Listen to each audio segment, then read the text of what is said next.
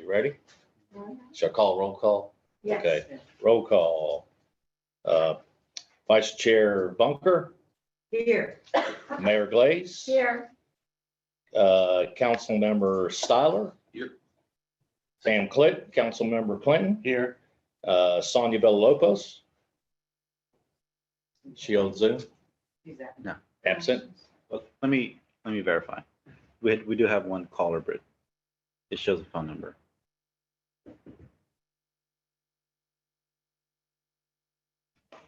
Guys, let me ask her to unmute. If she can hear us, we can ask her. Adrian, I'm here. I'm here, Yeah. Sonia. Sonia is here. Okay.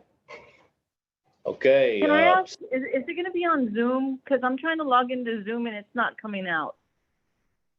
Yeah. I'll text it too. Yeah. I'll send you a Because picture. it says the host has another meeting in progress. That's interesting. Because I have someone else attending here as well that's on Zoom.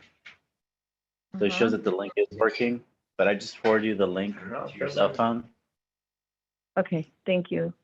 Can you forward it to my email, Adrian, please? Yep. To your city email Thank you. or the Yes, other sir. one? My city. Thank you. Uh-huh.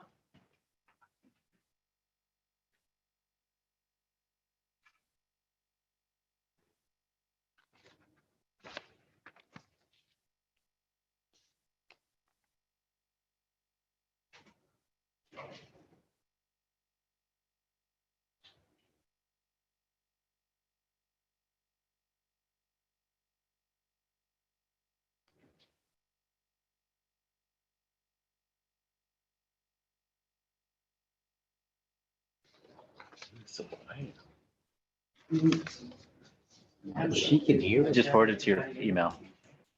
You want to wait Thank you. till she's on? Yeah, that's Okay. Give it a No, y'all second. can start.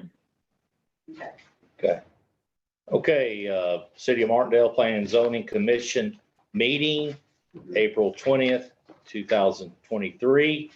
The Planning and Zoning Commission of the City of Martindale, Caldwell County will meet for a planning and zoning meeting at the following date, takes place and time, Thursday, April 20th, 6:30 PM.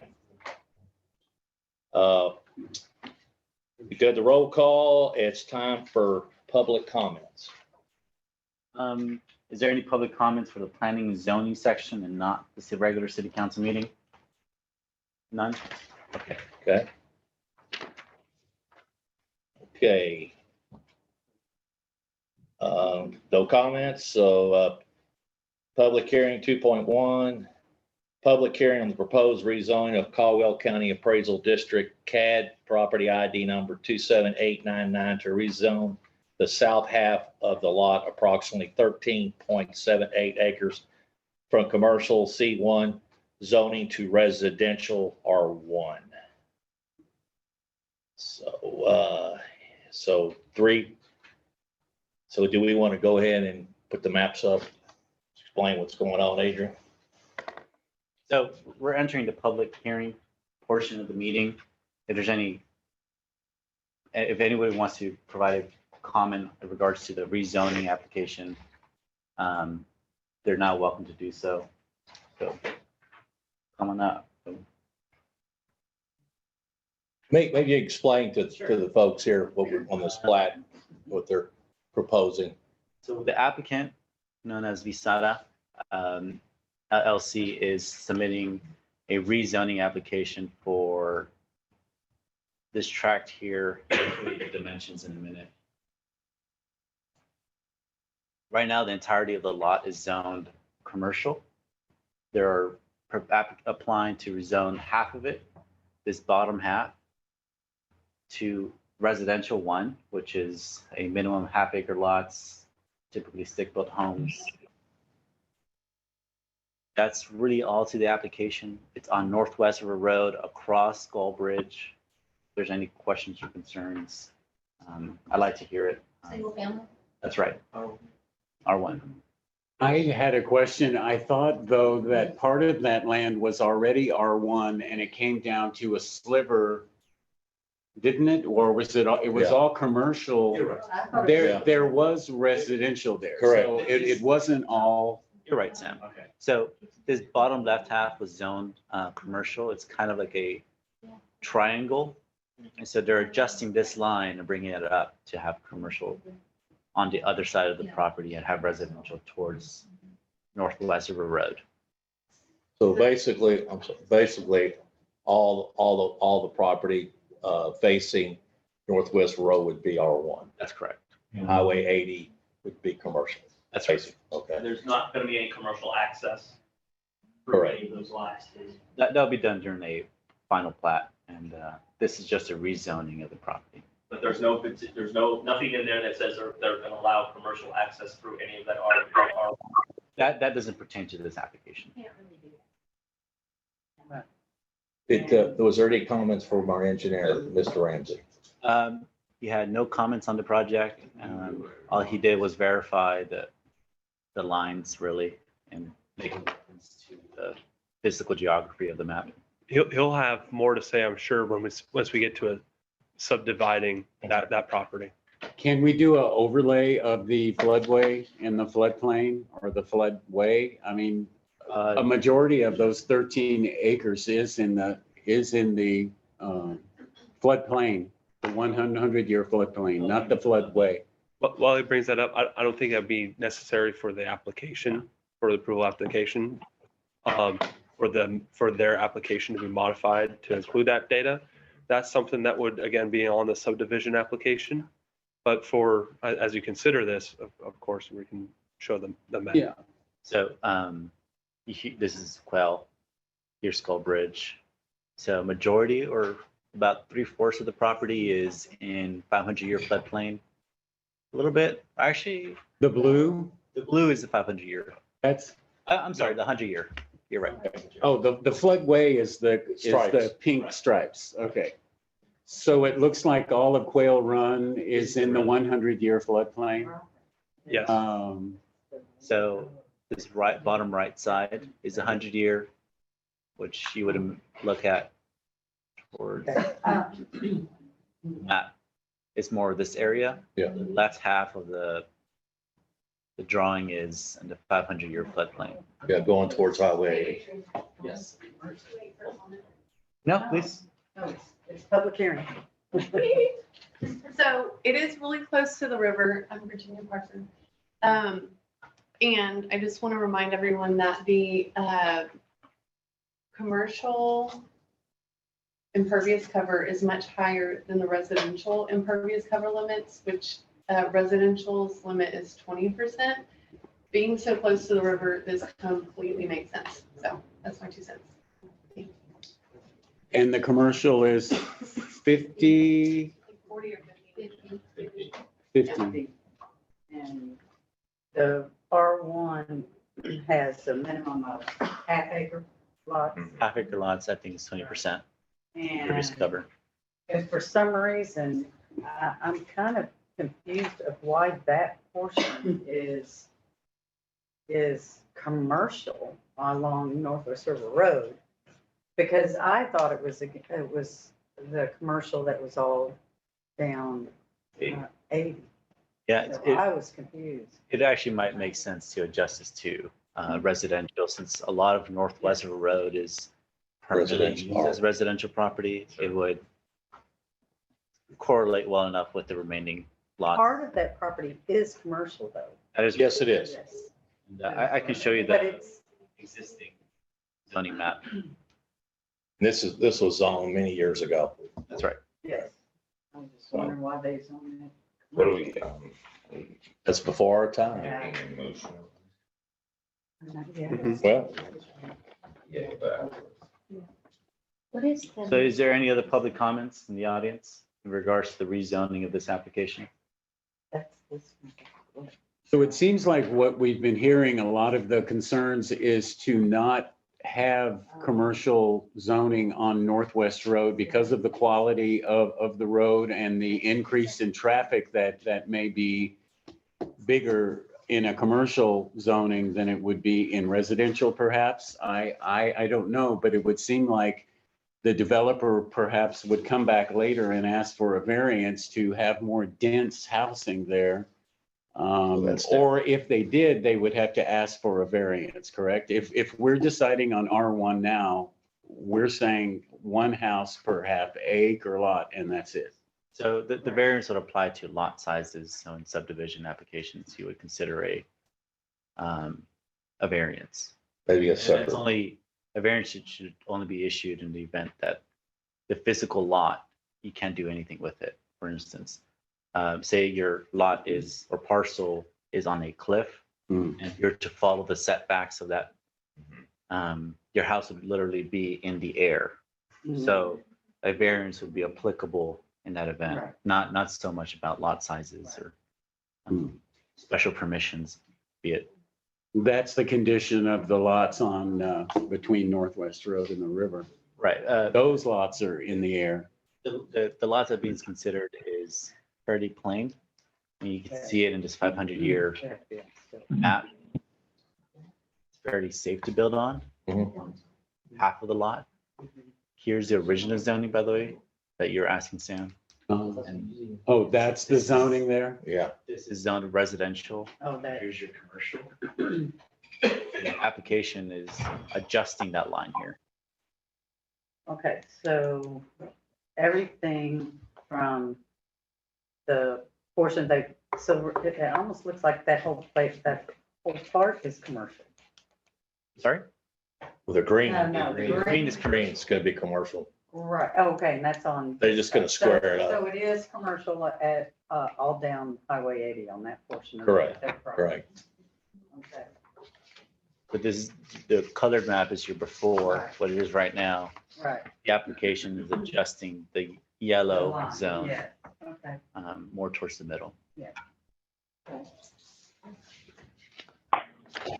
Is it gonna be R1 going like an L? Yes. That's right. Okay.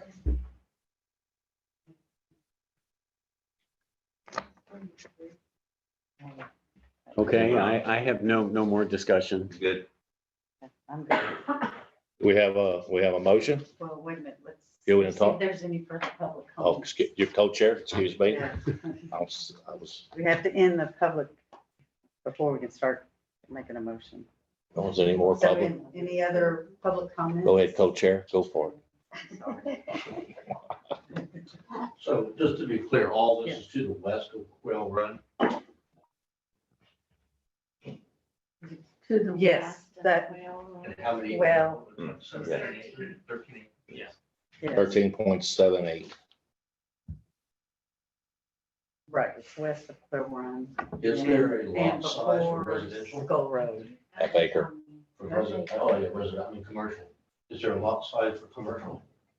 We have a representative from Lanzola here. Come on down, Lenzola. Do you have any comments? You should, you should be allowed to speak at anybody. I'm just here if you guys have any questions. It's really cut and dry. We're trying to just make that all residential because it should be residential. That road is not suitable for anything other than residential. But yeah, we're looking at R1 there. I like it. I like it. I like it a lot. I think that's a And- great move on your part. Awesome. And we had a question about this commercial lot size. Yeah, is there like a relationship between, slab size and the lot size? Do you have any kind of restrictions on lot size? Like minimum lot size is what you're asking for commercial? Mhm. I don't know what the minimum lot size is, but we did state earlier it's 50% impervious cover on commercial, which is drastically more than R1. Minimum lot size for commercial district is 6,000 square feet. So just There you go.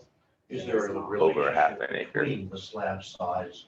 There, Because if there's a 50% for commercial, then you actually do have. So about 3,000. Lot size and the slab size. So 32, about 33,000 or 3,300 square feet. that's if it's subdivided into its smallest unit. Yeah. Yeah. If it's not, if the commercial area is not subdivided and is left a single Yeah. size, then Yeah. obviously the slab, Adds the suit. as long as it's within the setbacks requirements for that area, and also the impervious cover restrictions Sure. might apply depending on the materials It'd be in used. Total, that would be in total if they were doing pads and suit. I'm Yes, assuming. and for impervious covers, what, because that's what you're getting at, for the Yes. slabs, so yes. Yeah, that's fine. I had a question about us, is if they're developing on both sides of Northwest Road and there would be a sizable amount of homes along there, since that is a big piece of land, is that considered a subdivision in our subdivision ordinance? And thus will they have to put in drainage, infrastructure, improve the roads and put in sidewalks because it's The subdivision. subdivision? The subdivision ordinance applies anytime that one lot becomes more than one lot, basically. So in this case, as I understand it, it says all one single lot, so it will be subdivided. And then the rules within the subdivision regulations of the current the city has on books would be applied to the scenario. So I'm not familiar with the exact details on the drainage requirements, but that's where our engineer, Yeah. Steve Ramsey, would review for compliance. That's the next Okay. step. And then one last question, how big is the setback between the dividing line of residential and commercial? How close will, say, the parking lot for the commercial development be to the backyards of the R1 development? There are rear setbacks for both commercial and residential zoning districts Mhm. that they would have to comply with. It's fairly small from what I recall. Like I think it's 10 feet here for commercial, 20 for residential, so maybe a 30-foot buffer. But I think that it wouldn't make sense to set back the commercial too far off of Highway 80. And that's something that the city really, as long as it complies with our ordinances, we really have no say in the matter. Other than that, whether it complies with our zoning setback regulations and our subdivision regulations, after that, they can build their commercial structures by right, as long as it complies. I was meaning more of a rear setback, not the setback on 80 itself, but the setback in the middle. Well, that's what I'm saying. Yeah. It's 20 feet or 20 feet in residential, according to Councilmember Styler. Yeah. I have here the commercial setback, rear setback is 10 feet. So if you add those two together, be 30 feet between buildings at the closest that they could be. I don't know if it'd make a lot of sense to put it that, 10 feet off the rear line to put your commercial business, but maybe. You want to maximize your square footage, I guess you could, but. If you're all- That'll be discussed way down the road. That's the engineers and other things that go into that. That's all I have then, thank you. All right, any further public questions or comments? Okay, close the public- Well, no, we gotta, Well, let's close the public hearing. okay, we'll close the public hearing at 6:52.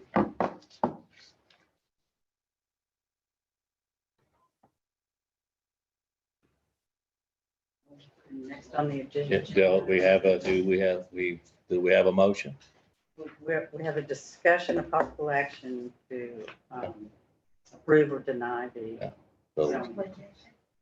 So do,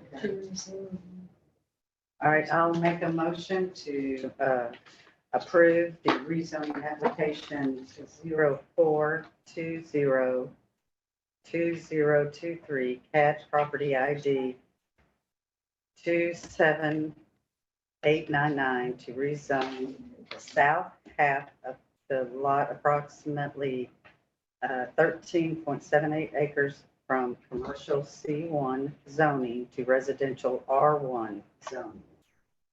I second that motion. we have a second. Okay. All in favor? Aye. Aye. Sonia, I heard an aye from you. Yes, sir. I say aye. It's unanimous. It passes. All right, I make a motion that we, and if anybody doesn't have any further comments, I make a motion that we close the planning and zoning meeting. Do we have a second? Second. I'll second. All in favor? Aye. Okay, all in favor? Aye. Aye.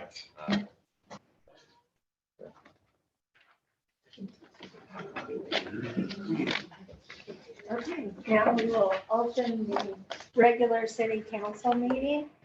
And it is 6:54, and I'll call this meeting to order. It is Thursday, April 20th.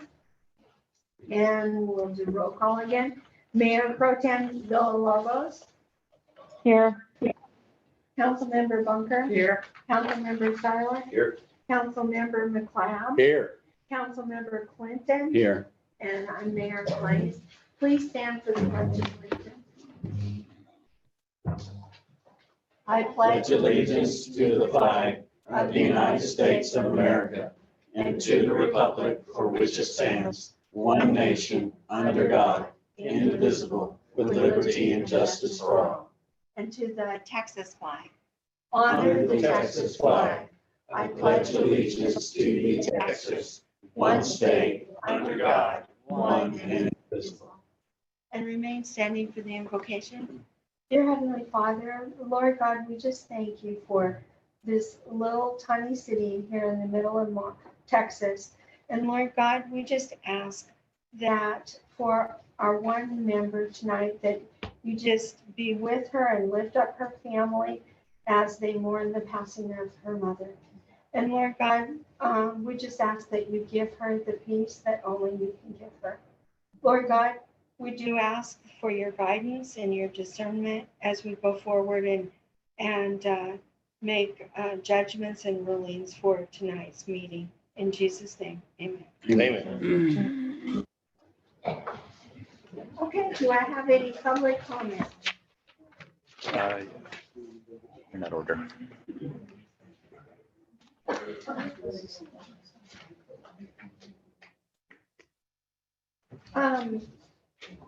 Is Jamie Peronis Ponce here? Did she want to read this? She said she couldn't attend today's meeting, but she submitted that beforehand. Okay, so this was written April 8th, 2023, to whom it may concern. It has been over a month since I sent Mayor Glaze and Martindale City Council members an email about concerns I had regarding the trash that some residents who live on Skyline Drive have in their front and backyards. To this date, I have not received any type of response from either the mayor or the city council members. I uploaded pictures of these residents showing the trash that these residents have in hopes that the city might send an enforcement officer or even a police officer to these homes because it is a violation of their city enforcement codes. The street, Skyline Drive, is a city street and people should not be allowed to have farm animals in their yards. People are dumping furniture, mattresses, etc. in the front yards close to the street, while the other residents have so much trash in the backyard that faces Highway 80. We have had so much rain in the past few days, and the sofas and mattresses that are thrown out there probably smell and have rodents living in them.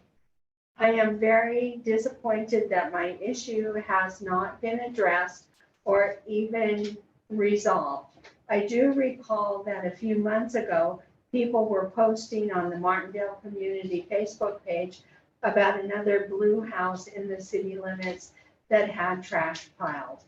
People complained and complained until something was done.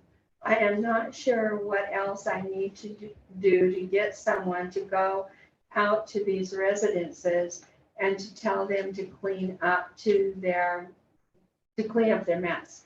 I don't know if you still have an enforcement officer, because I have not heard from that person either. But my next step is contacting the state of Texas to see who oversees the city offices who are not complying. I am sure that if this trash was in your neighborhood or even next door to you, it would not be tolerated. With the citywide cleanup, this would be an excellent opportunity to visit those residences and encourage them to clean up their trash. I am a taxpayer. I pay city, county, school taxes. I should not be ignored. I have lived in this house for almost 30 years and I have paid taxes every year. I am asking as a taxpayer and residents of the city of Martindale to address my issue. And it's from Jenny Perez Ponce. I didn't get an email from her, so I didn't respond. Okay, so the next person is Virginia Parker. Hello, Hello. Virginia Parker. I'm with the San Marcos River Foundation, but I'm halfway talking to you as a downstream neighbor. So I came tonight to discuss the potential resolution for the opposition of the annexation of the smart terminal. And I say this with the utmost respect because this is such an emotional topic. Everyone has different feelings. I think most people wish the whole thing would just go away because it's such a 2,000 acres of heavy industrial is a lot. But the fact is, and we know this, if they do not get into the city of San Marcos, they can be built in the county. It's a fact. I wish we had a crystal ball so that in 20 years we could go back and see, well, they didn't get annexed and so maybe they didn't build, but we don't know. And what we know for sure is that they can build in the county. The county's regulations do not protect us. The city's regulations, the city of San Marcos, just their baseline floodplain regulations protect us so much more than what the county can do. Not to mention the way the development agreement is written as of today, if it gets passed, it's so much more protective. They are talking about a 10% reduction compared to what's today after build. And so that would be in writing. And so I'll just tell you on Tuesday, it was a really long meeting. We were all there. And the council has delayed this to give people time to get more out of the development agreement. But I will tell you, if council pushes this too far, the smart terminal has an opportunity to get out of the development agreement and go and build in the county. And so that's the last thing Martindale with regards to flooding wants. So I'm asking you to please deny the resolution for the opposition of annexation because that actually protects us. So thank you. All right, resolution. Was that clear? Thank you. I can't even help myself. No, just the ending. The next comment is from Noah Brock.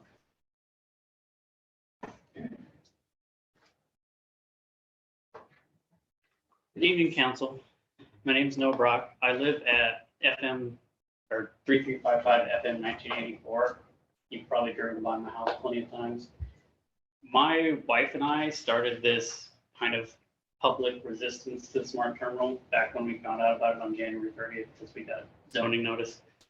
We're not in the city, we're in the ETJ. And Tuesday night meeting was pretty long. I don't know if anybody here has watched it yet. It was about 5 hours of discussion on the smart terminal. They voted 4-3 to annex the properties, and they voted 4-3 to delay their zoning vote. I don't know if that has ever happened in the history of San Marcos, because they usually pass zoning right after annexation. They delayed it until July 3rd, which is actually a Monday, because the 4th is a holiday. And they did say that they were going to put the development agreement back on their agenda for discussion. That's what we've been asking for since the beginning of this.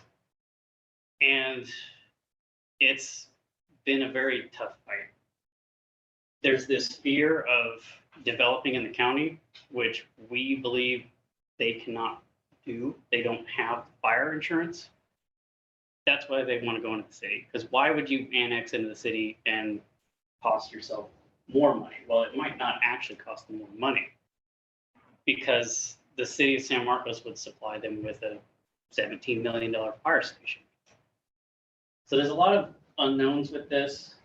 And I'm here mostly just to say, if you have questions about this stuff, I consider myself an expert. I've researched state code. city code. I've read all the rules. I actually pointed out inconsistencies with the term limit in their development agreement. It was violating their own code and the state code.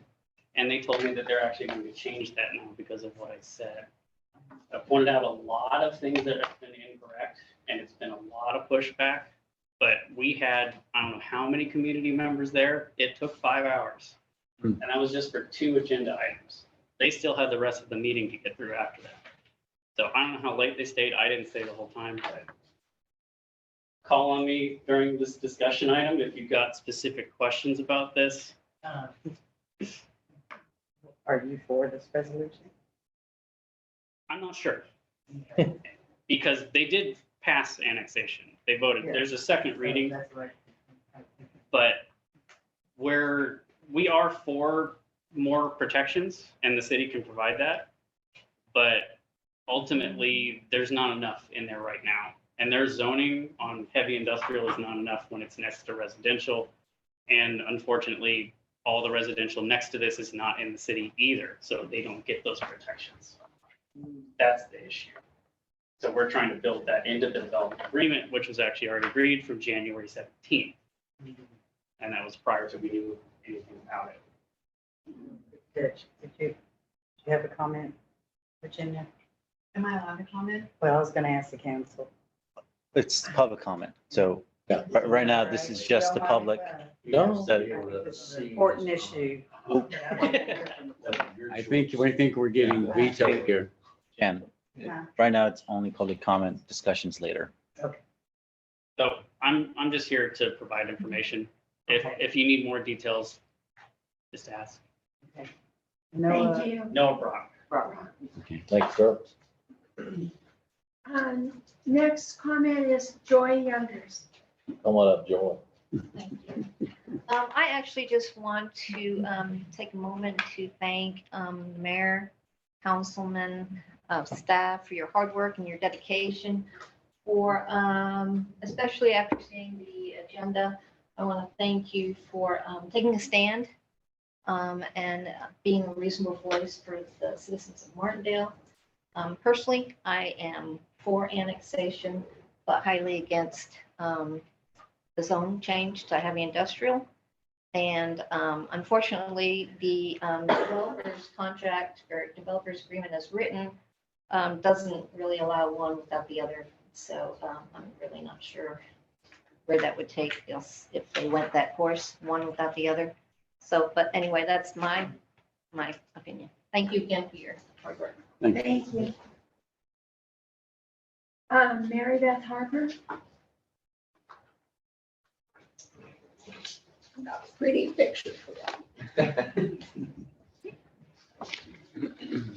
And she did have a new copy for the city council to use. Yeah, there's a black and white picture that you already had on your table. And that shows all the shallow wells in the area, under the footprint of the Smart Terminal.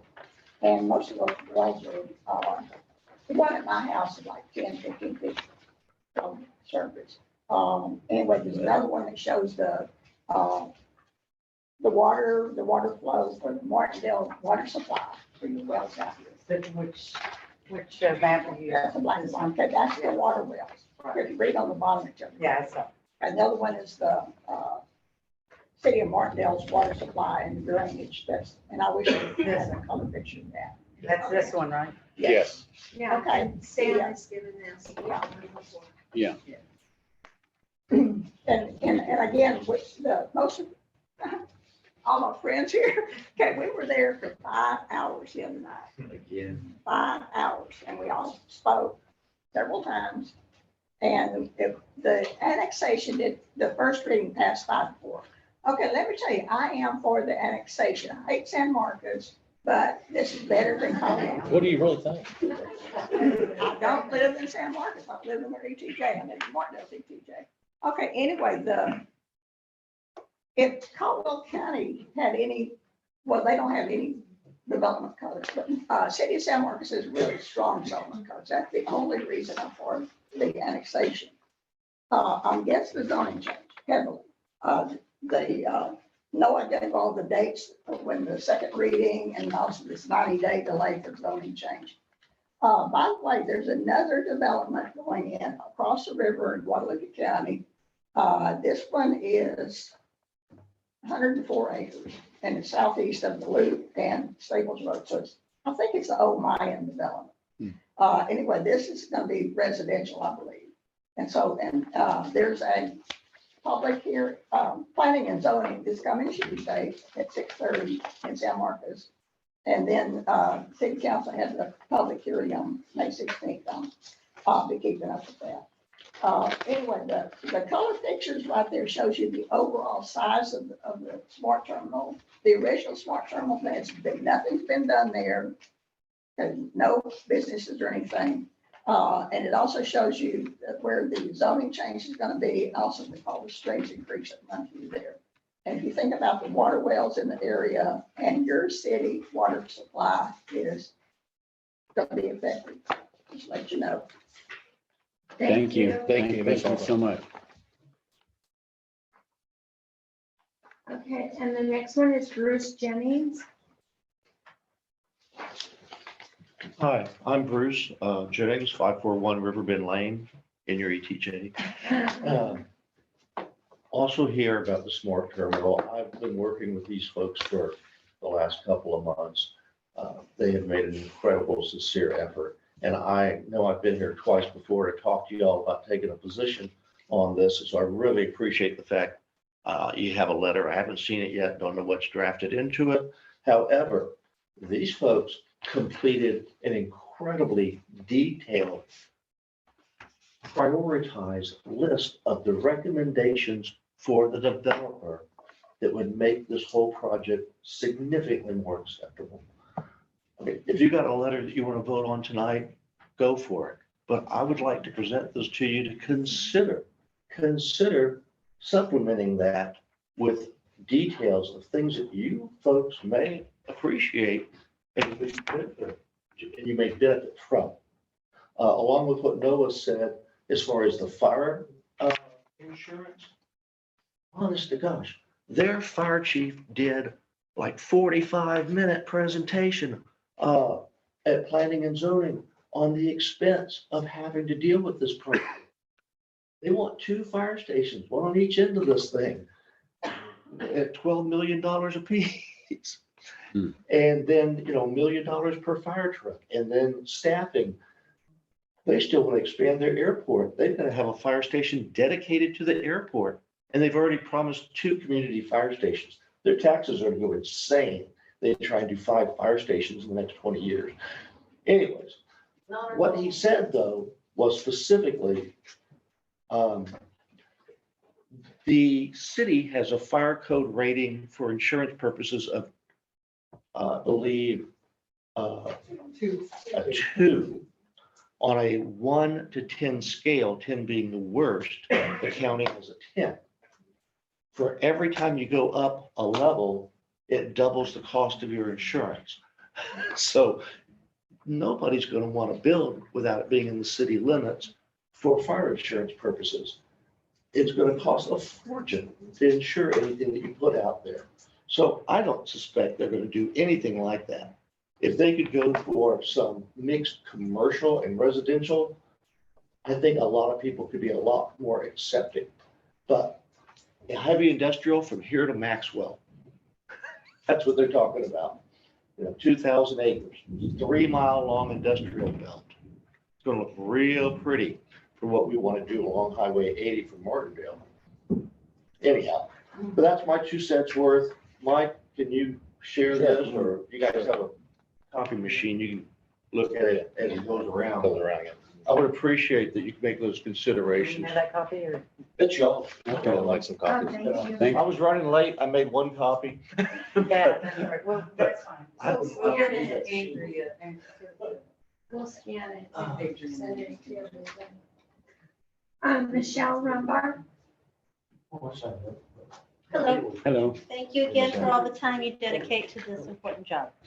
I have 2, can I speak on 2 items? Yes. The one is not I'll save smart terminal for my second. The first one is about, I'm representing Chelsea James, who cannot be here tonight, but she helped create the first River Appreciation Day last August. I don't know if any of you attended, but it was very well attended. It was a lot of fun, a lot of diversity, the Aztec dancers, the music, and my opinion, it's just great for Martindale to be promoting the river that is our biggest gem.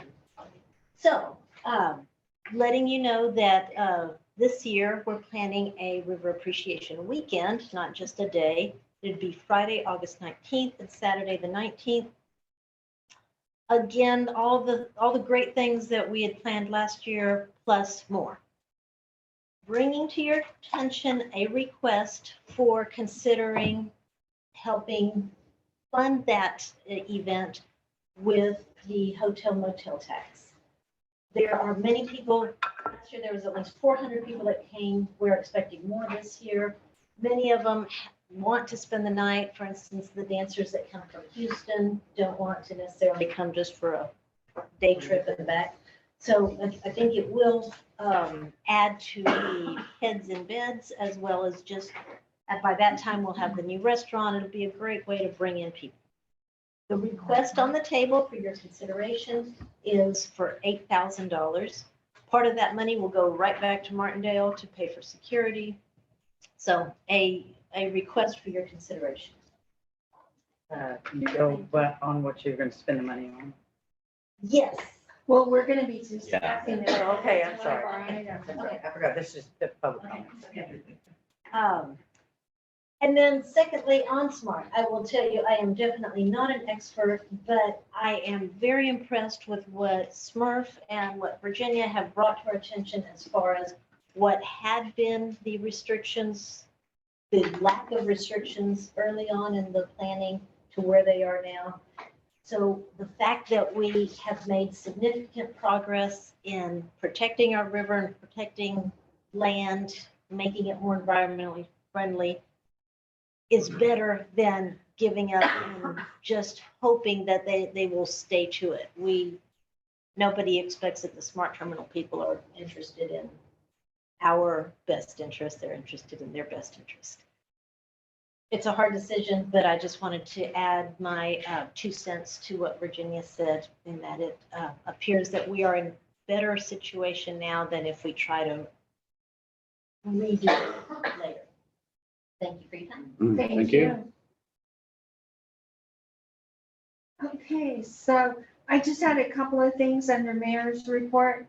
Of course, the citywide cleanup is this coming Saturday. And we've advertised we'll start from 8. Yes, ma'am.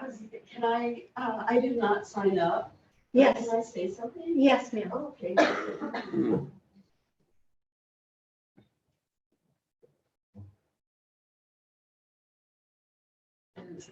Thank you so much. My name is Ana Juarez, and I live at 342 Newberry Trail in San Marcos, right off of Highway 21 and Highway 80. And I am here to support the resolution to oppose. And the main reason is I was, you've heard about what has happened, not only at the last city council meeting, but also at the P&Z meeting. Prior to that, we made history at that meeting. And I think one of the things, kind of the biggest thing for me in this whole process has been that there's been this assumption that a developer will always go to the county if they don't get, what they want from the city. So there's this fear. And I believe that this fear is unfounded. It may be true in certain cases, but I think you really have to question that assumption in every case. So if there's someone with the 20-acre plot that wants to do some HI, yeah, maybe they're going to go, they're going to be able to do it. But with these people, the developers actually said on Tuesday night, we bought 2,000 acres. We are here to stay.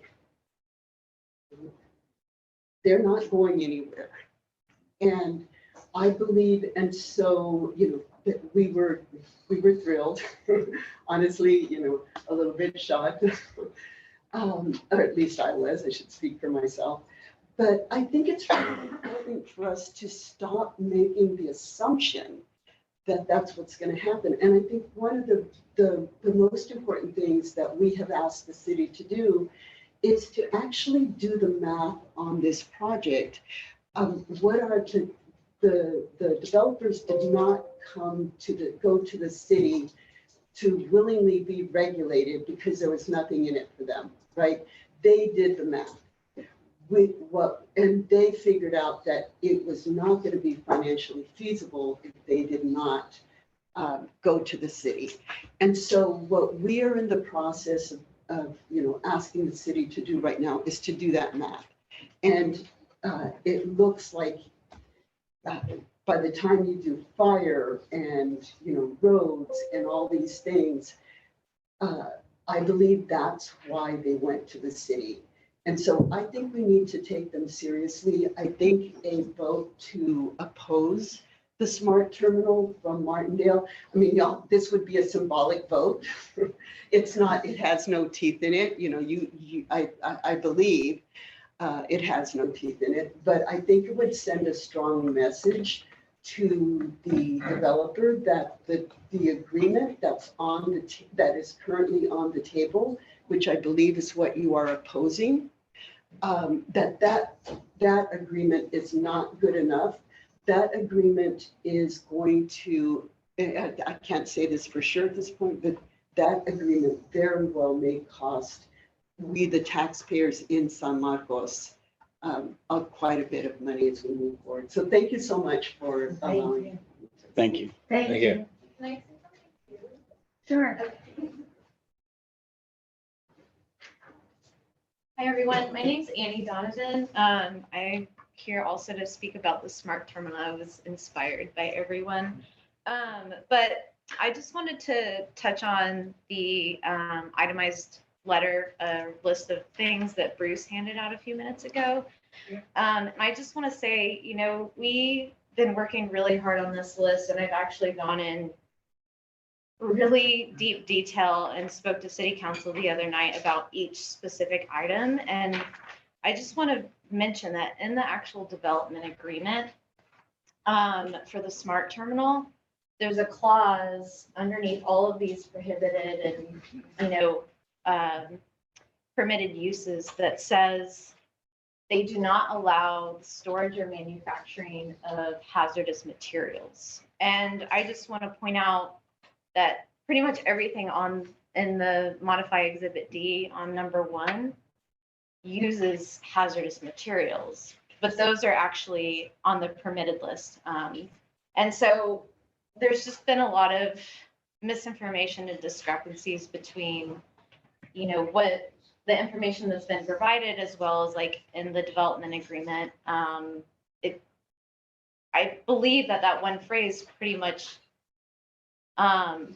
eliminates all of the prohibited uses. So there's just so many problems with this project. And like everyone else is saying, I think, y'all are making a big decision tonight, but I think that it would be a big symbol and also help us, because we're trying to get it changed. And the more people we can get together to say, let's make this change and make it for the better. I don't think anyone here really wants it to happen, but if we can at least make it better, and if we don't give it a try, then what are we going to say? Oh, well, there it is, and now we have to deal with it. So anyway, I just wanted to point those out, and so yeah, thank you for your time. Thank you.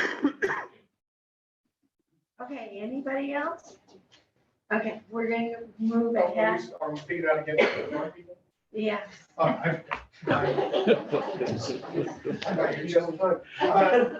absolutely oppose this with as much gusto as y'all are able to.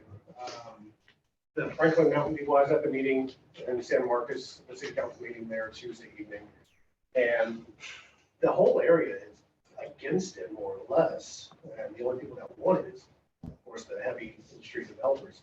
And the people at Franklin Mountain that are actually in charge of this, They are shady as can be. Refusing to answer any kind of questions. If they answer a question, it's a half truth or just a total misdirection. It's just as much as Martindale can lean or cooperate with San Marcos in opposing this, anything would be appreciated. Because this is a disaster that is going to affect us and Martindale for generations. So that's pretty much all I have to say. Thank you. Thank Lori. you. Okay, back to the citywide cleanup.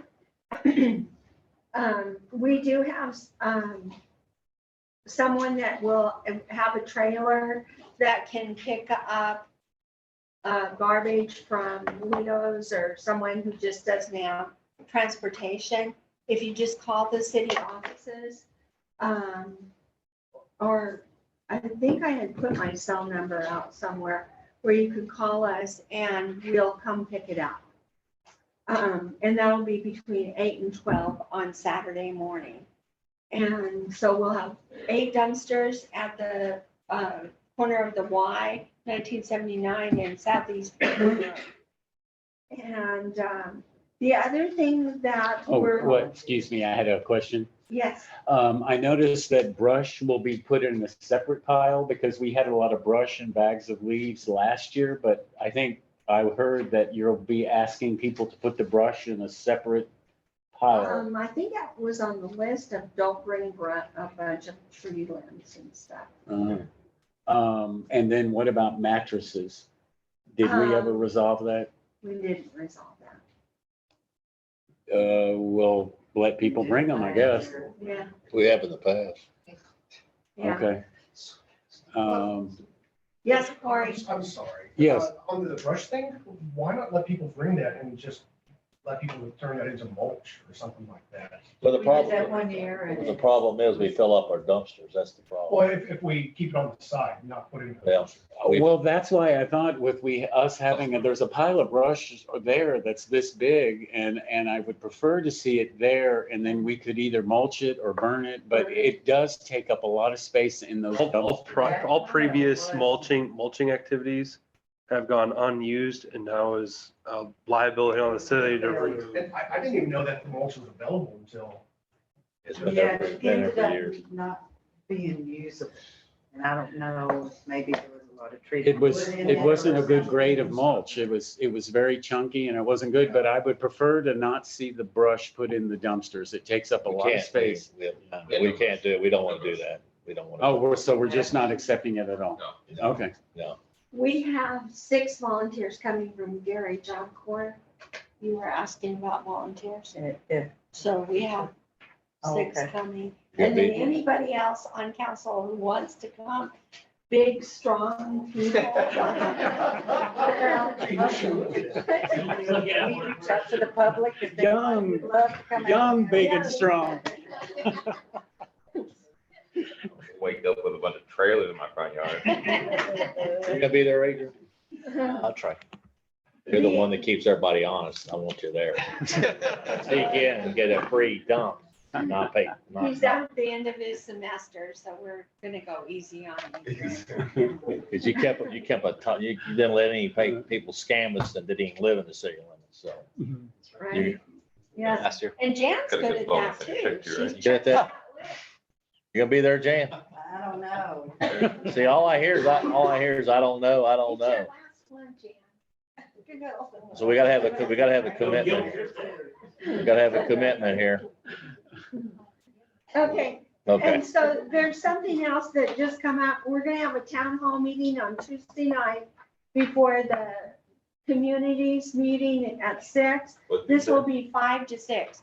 So we've applied for a grant to fix the sidewalks. What is the term that A shared use path. So shared use path going clear from Allen Bates Park down to Skull So Bridge? the city of Martindale was accepted into the second phase of a tech stop grant to create a shared use path. It's about 10 feet wide.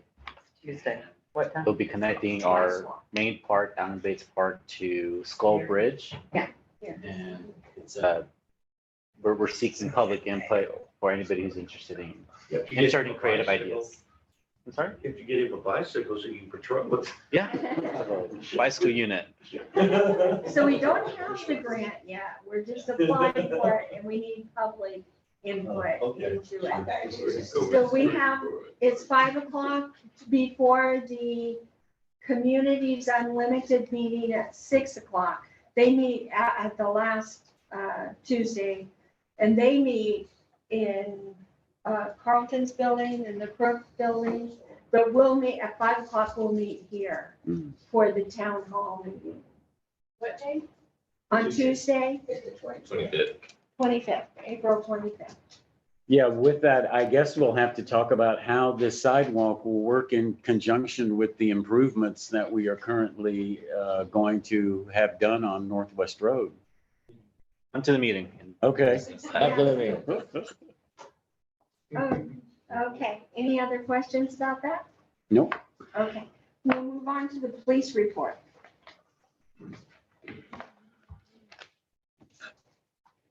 Good evening, this is my police report for March. We have 159 citations written, the 105 citation or actual tickets, and then 54 warnings. Our patrol activities are up. We had a lot of calls for service last month.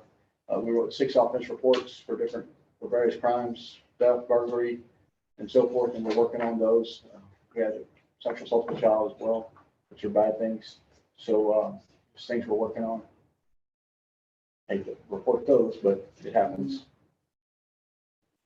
Got the text dot and got all of the no parking signs. So we're no parking right now from anywhere from Southeast River Road all the way through to Guadalupe County. Cannot park on either side of the roadway. Is that to the bridge, up to the bridge? Past the bridge. Past the bridge, so they can't park, they can't go down and park No, right that there. little dirt road that's right there, Yeah. that's off limits now. They cannot park, And no okay, one can park there anymore. okay. I thought the sign said no parking from the sign pointing toward. That sign is a mistake that they put the wrong one either end. That's gonna be put, fixed. Oh, I thought they just left it that way so I could have access to my property. No, they didn't give you that access. They didn't give you that. Well, that's the way it looked. Yeah, They're actually gonna come. He's gonna play by the rules. And last week with text dot, they're gonna actually come put a dirt berm there, so you can't go down there anymore. Okay. Well, no, that's just the way it looked. That's what I heard, is that they had it that far away up from the bridge. No, because they were still allowing people access on the text dot easement. So no longer on the No, easement at all. no, none. I prefer that. You'll get a ticket. You do. Yes. I'll call it in. So it goes all the way to Martindale Falls Road. Well, I don't know where it goes on Guadalupe County. I didn't mess with it on Guadalupe County side. It's still state right of way. You can't do. I don't own the easement, no. Just go park, just You go have to buy park. an easement from the state. Okay. Okay. Sorry, I saw you on that. So did I. And then we'll snatch it out. Yeah. And there was a little bit of a nuisance activity at phase 1 concerning music and noise, and you and I spoke about that. And could you just in a few sentences brief us on that? Yes. So what I'm suggesting, and to any persons that complain, first off, call into the agency that represents you, right? So people that are calling in from Guadalupe County side need to call into Guadalupe County. That's their agency. They don't need to call here to Martindale and say, hey, go over there and yank someone out of the river because they got their music up too loud. Plus, the state law says 85 decibels. That pertains to everyone on that side of the river. We need to talk about our ordinance here as far as music and noise, and it's come up in subdivisions as well. So we're going with state law, 85 decibels, and what it says in state law, 85 decibels at the site of complaint, not where the music is coming from. So it's got to be 85 decibels at your place, at somebody else's place, wherever it's at. And you can get a decibel meter, you can put it on your phone. If you're a musician, I'm sure a bunch of those musicians already have them. But you can download a decibel meter on your phone and it's pretty accurate. That's what we use. We use the one we download on our city phones. So we'll go there. Have Sonia raise her hand. Okay. So Sonia, did you want to grab your comment? Yes. Can you hear me? Yes, ma'am. Yes. Hi, everyone. So with you saying that they call the agency that represents them. So take, for instance, like say if it's that family that lives right across from the park at our new one, at the newest one. And they're on Guadalupe County side, but then the music is coming from our side at Caldwell County. So how are they gonna come on Caldwell County side if they live on Guadalupe side? So what I'm suggesting there is that Guadalupe County will respond and they'll check their decibel meter and so forth, and then they'll get with us.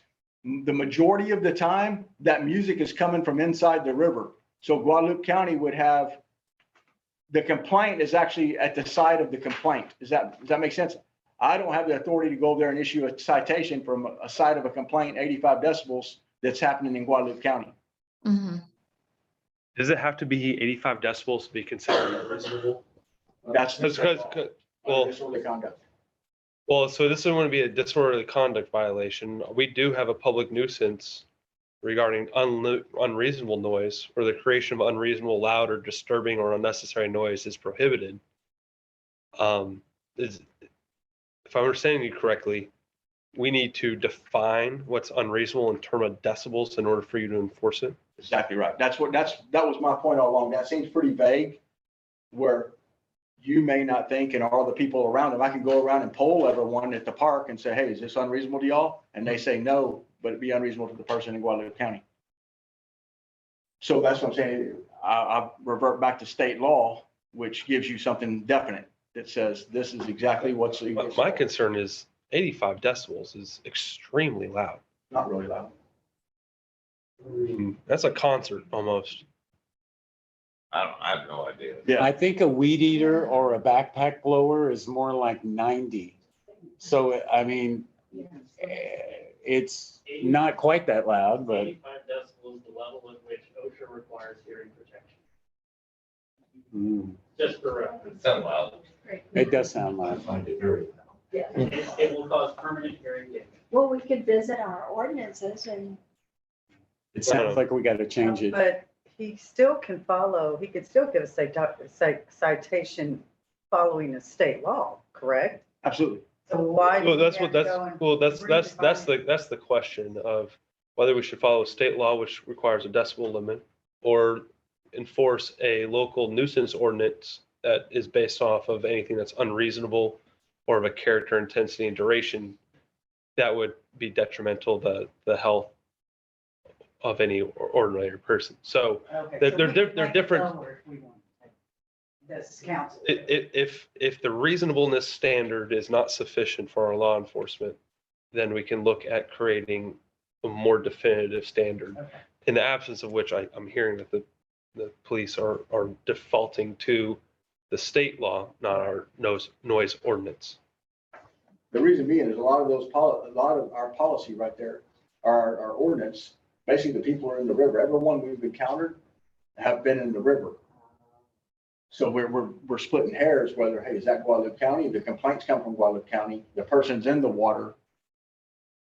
That's Texas No. Parks and Wildlife if they're in the water No. Oh, though. they're not gonna, No, they're going back our- to state law as well. Okay. Our boundary for the city goes all the way to the other side of the river. Correct. So if they're in the river, then that's. Well, well, just so you know, and I'll tell you this, the last time we went out there on that particular day, the people from the other side of the river were playing their music loud. Oh, they weren't on the river, they were on the other side of the river. Oh, okay. And they're playing their music In the loud back to them, like animal sounds and all kind of crud. So now it's getting to be a tit for tat. So it's like Type music issue. wars. And summer's just starting, so it's just gonna, Yippee. and that's what I'm saying. If we had something definitive and where it says, you know what, I'm saying this is unreasonable. They're gonna come in and fight that all day long with the courts and say, well, it really wasn't unreasonable. I have Does 50 it people. matter at that point?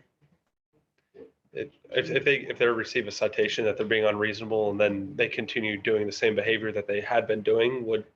Well, we can't escalate it. There's nothing that says we can escalate. You go back and give them 10 tickets for the day. Okay, good. I'm glad I mentioned it. It'll be something for us to Yeah, talk that's what I about. said all along. I say, Are you aware of any other reasonableness standard ordinances that we have regarding public nuisances or others that we need to also address? Littering, that, I think we need to talk about littering and so forth. We don't have anything, we have illegal dumping, the statute for that, for the state statute, which goes into poundage and everything versus just littering. People have stolen one-off trash, beer cans, beer bottles, whatever the case may be. And then we may have to look at trailers in the city limits, trailers that are hooked up to sewer cleanouts or not registered or stuff like that. We're gonna get a code enforcement person Okay. on Monday. Oh, well, good. Well, I Could you make us a little list? Like, Well, hopefully soon. If not Mondays. anything you think we should do? So I was contacted by a citizen just recently. He's asking about a list for decibels of what we should do. You know, we can write it one or two ways. You're talking about 85 decibels. 85 decibels is state law. You know, you go to places, sometimes under mass gathering permits, it says 85 decibels at the site of where the complaint is, where the music's coming from, versus what state law says, 85 decibels at the site of complaint. So, you know, we can write some things there, and that is pretty loud. I mean, if it's 85 decibels cranking out at your house from, 200 yards away, that's really loud. Versus. You gotta wear your earplugs, go to the river. Yeah, what happens is it sounds like that music just carries down the river. Yeah. So if they put a speaker in the river, the music is just carrying. It's really not that loud. It's just like bothering you because it's bothering. But when I get there, it's like, it's not that loud. It's not loud. I have Sonia on mic again. Okay, go ahead. Sonia? Yes. So I thought on our park signs, whenever we had our workshop, that it was going to state on there that we were not supposed to have amplified music, like loud music, if I remember correctly. And also the people that are, amplifying their music and doing it, they're at our parks. So I think like if, they're not respectfully using our parks, then I think that they should be banned from them, or, like, I guess we reserve the right, or, let them know that they're not welcome.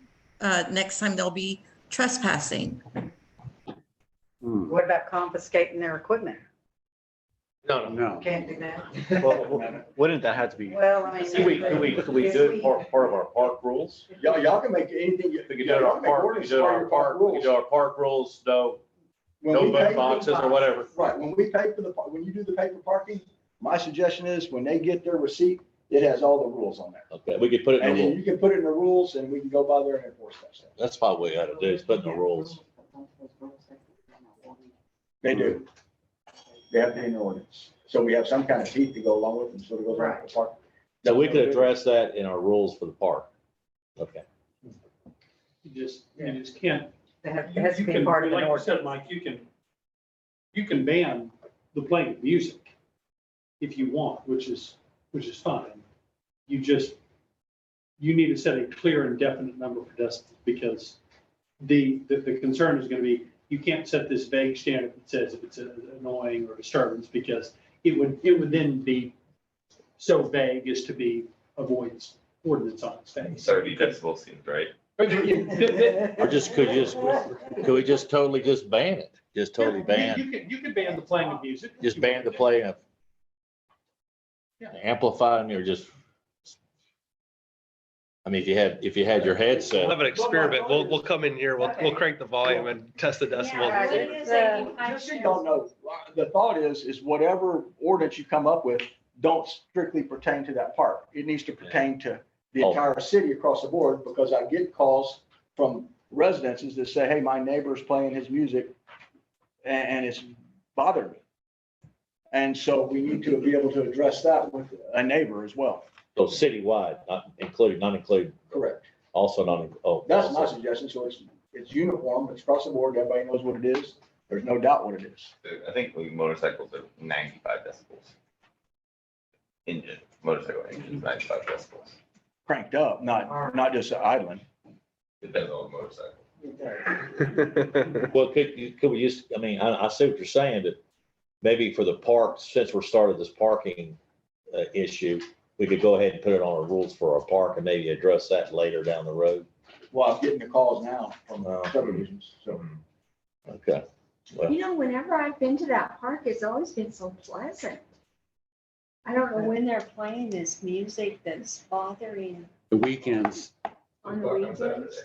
Saturday. 2:00 on a Saturday. 2:00 Yeah. after, Jimmy, I'll go check it out. in the afternoon, I mean, it's not, you don't see none running late in the night playing loud, but it's in the afternoon. we'll just do an ordinance. I mean, lower the decibels. I did want to say something about the animal leash law. We did have to get one ticket here in the downtown area because someone would not keep their dog on a leash. And finally, it was like, okay, you're gonna have to have a ticket. So just please keep your animals on a leash. And we wrote 2 more, sorry, this month for next report. We already got 2. Also. We've had we get a lot of calls about animals all the time, so. Back to this music, you get quite a bit of calls about nuisance, about the loud music in these neighborhoods. I've gotten a couple. A couple. I'm not saying a lot, but I got a couple calls for service for music. And So what do you think, Bud? Should we put it all, like you said, all across the city, or just go to the parks first, or? Because the parks are gonna be probably more of an issue. I mean, so this is one of those areas where you get discretion because cities can impose ordinances that relate to the health, safety, and welfare. Generally, that 85 decibel standard doesn't necessarily address issues within heightened confined areas. So, I mean, cities can have different needs in a rural area, and you're in lots close together, apartment complexes. And I mean, I could envision that the needs of a park could be different than the needs of a residence.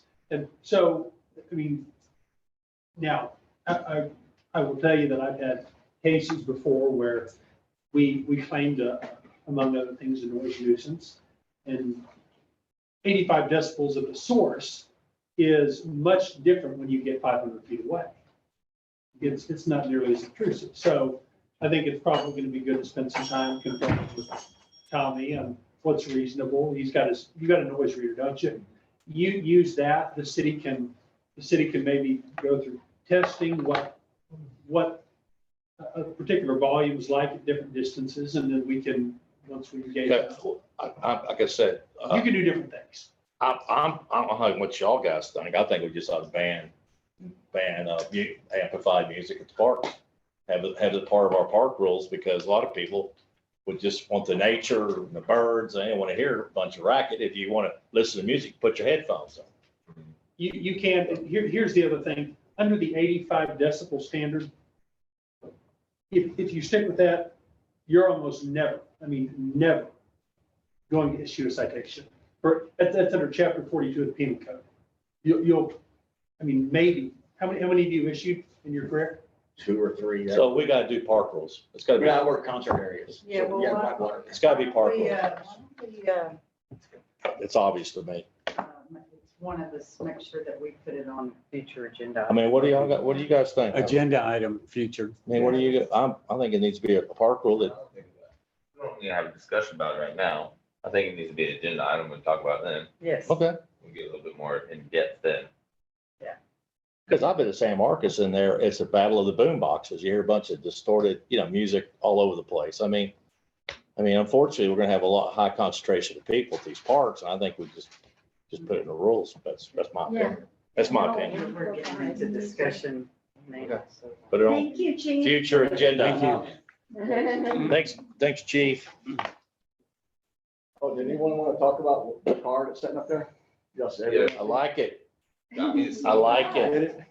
They're putting it on Waze, it's working. Is it working? Is it helping? Yeah, we've had a lot of crashes recently, so we're putting it right there. We've got a lot of crashes at 142 and 80.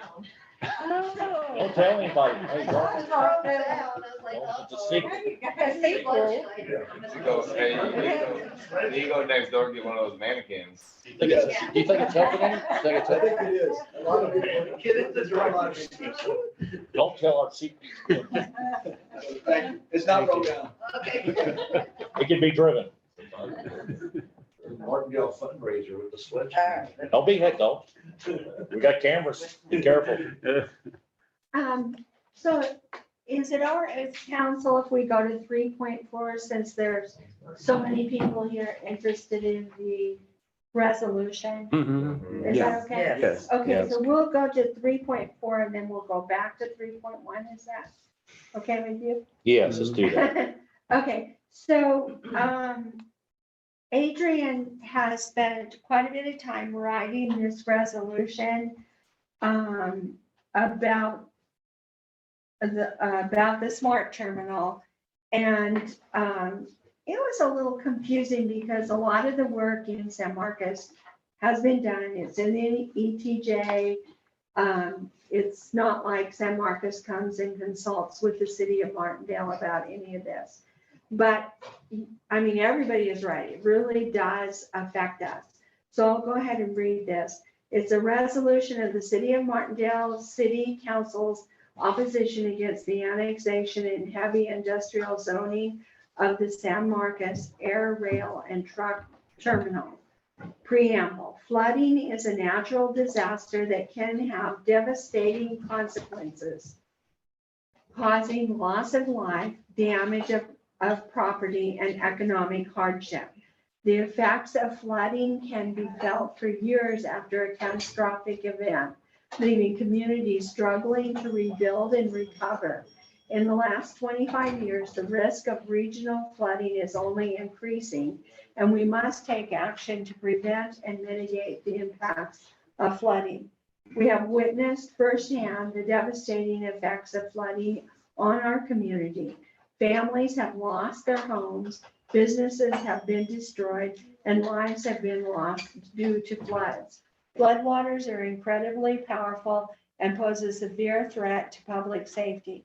We cannot afford to wait for another catastrophic event to occur before taking action to prevent and mitigate the impacts of flooding. In addition to life and safety risks, flooding can have significant economic consequences. Businesses and households can be left with substantial financial burdens, with the cost of repair and reconstruction often exceeding insurance coverage. The cost of emergency response and recovery efforts can also be substantial, straining the resources of local governments and hindering their ability to invest in long-term economic development. We have a responsibility to our community to take proactive measures to prevent and mitigate the impacts of flooding. Investing in flood hazard mitigation measures, such as infrastructure improvements and land use planning, can reduce the risk to public safety and economic stability. Communities must work together to ensure that our communities are mindful of the challenges faced during extreme rainfall events, and that we, the governing body, are taking the necessary steps to prevent the lives and livelihoods of our neighbors. The city of Martindale City recognizes the upcoming consideration from the San Marcos City Council on whether to annex approximately 619.755 plus acres of heavy industrial zoning. According to the United States Department of the Interior, the project in consideration is 570 feet above sea level. In contrast, the city of Martindale progressively slopes south of the project towards an elevation of 530 feet above sea level. Whereas the city has experienced a sequence of 4 major unprecedented flood disaster events in the past 25 years. And whereas the San Marcos Air, Railroad, and Truck Smart Terminal Exhibit A parcels 1, 2, 5, and 6 are located in special flood hazard areas upstream of the San Marcos River. Whereas the community is distressed about the impending watershed impacts of the smart terminal. Now therefore, be it resolved by the City Council of Martindale, Texas, that Section 1, the Martindale City Council requests to deny and renegotiate the agreement for the provision of services between Franklin Mountain, San Marcos, ILLP, and City of San Marcos. And Section 2, the Martindale City Council requires future heavy industrial development to complete a conditional letter of map revision, CLOMR, and Section 3, the Martindale City Council requests that future smart development perform a series of hydraulic studies and implement FEMA recognized watershed resiliency actions. And Section 4, the Martindale City Council requests all future heavy industrial development bordering Martindale and Martindale extraterrestrial jurisdiction include environmental buffers. And so this is open for discussion. Mayor? Yeah, Yeah. go ahead. You gotta be careful about that extraterrestrial. I love it. That's for the San Marcos.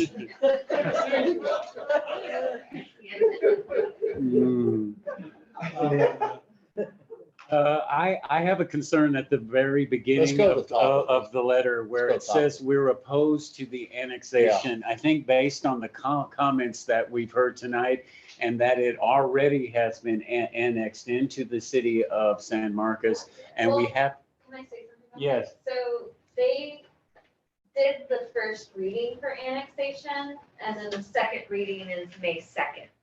But that was for the zoning. For the annexation. The zoning got Oh. delayed to July 3rd. Okay, so my question to you, So they didn't pass the zoning.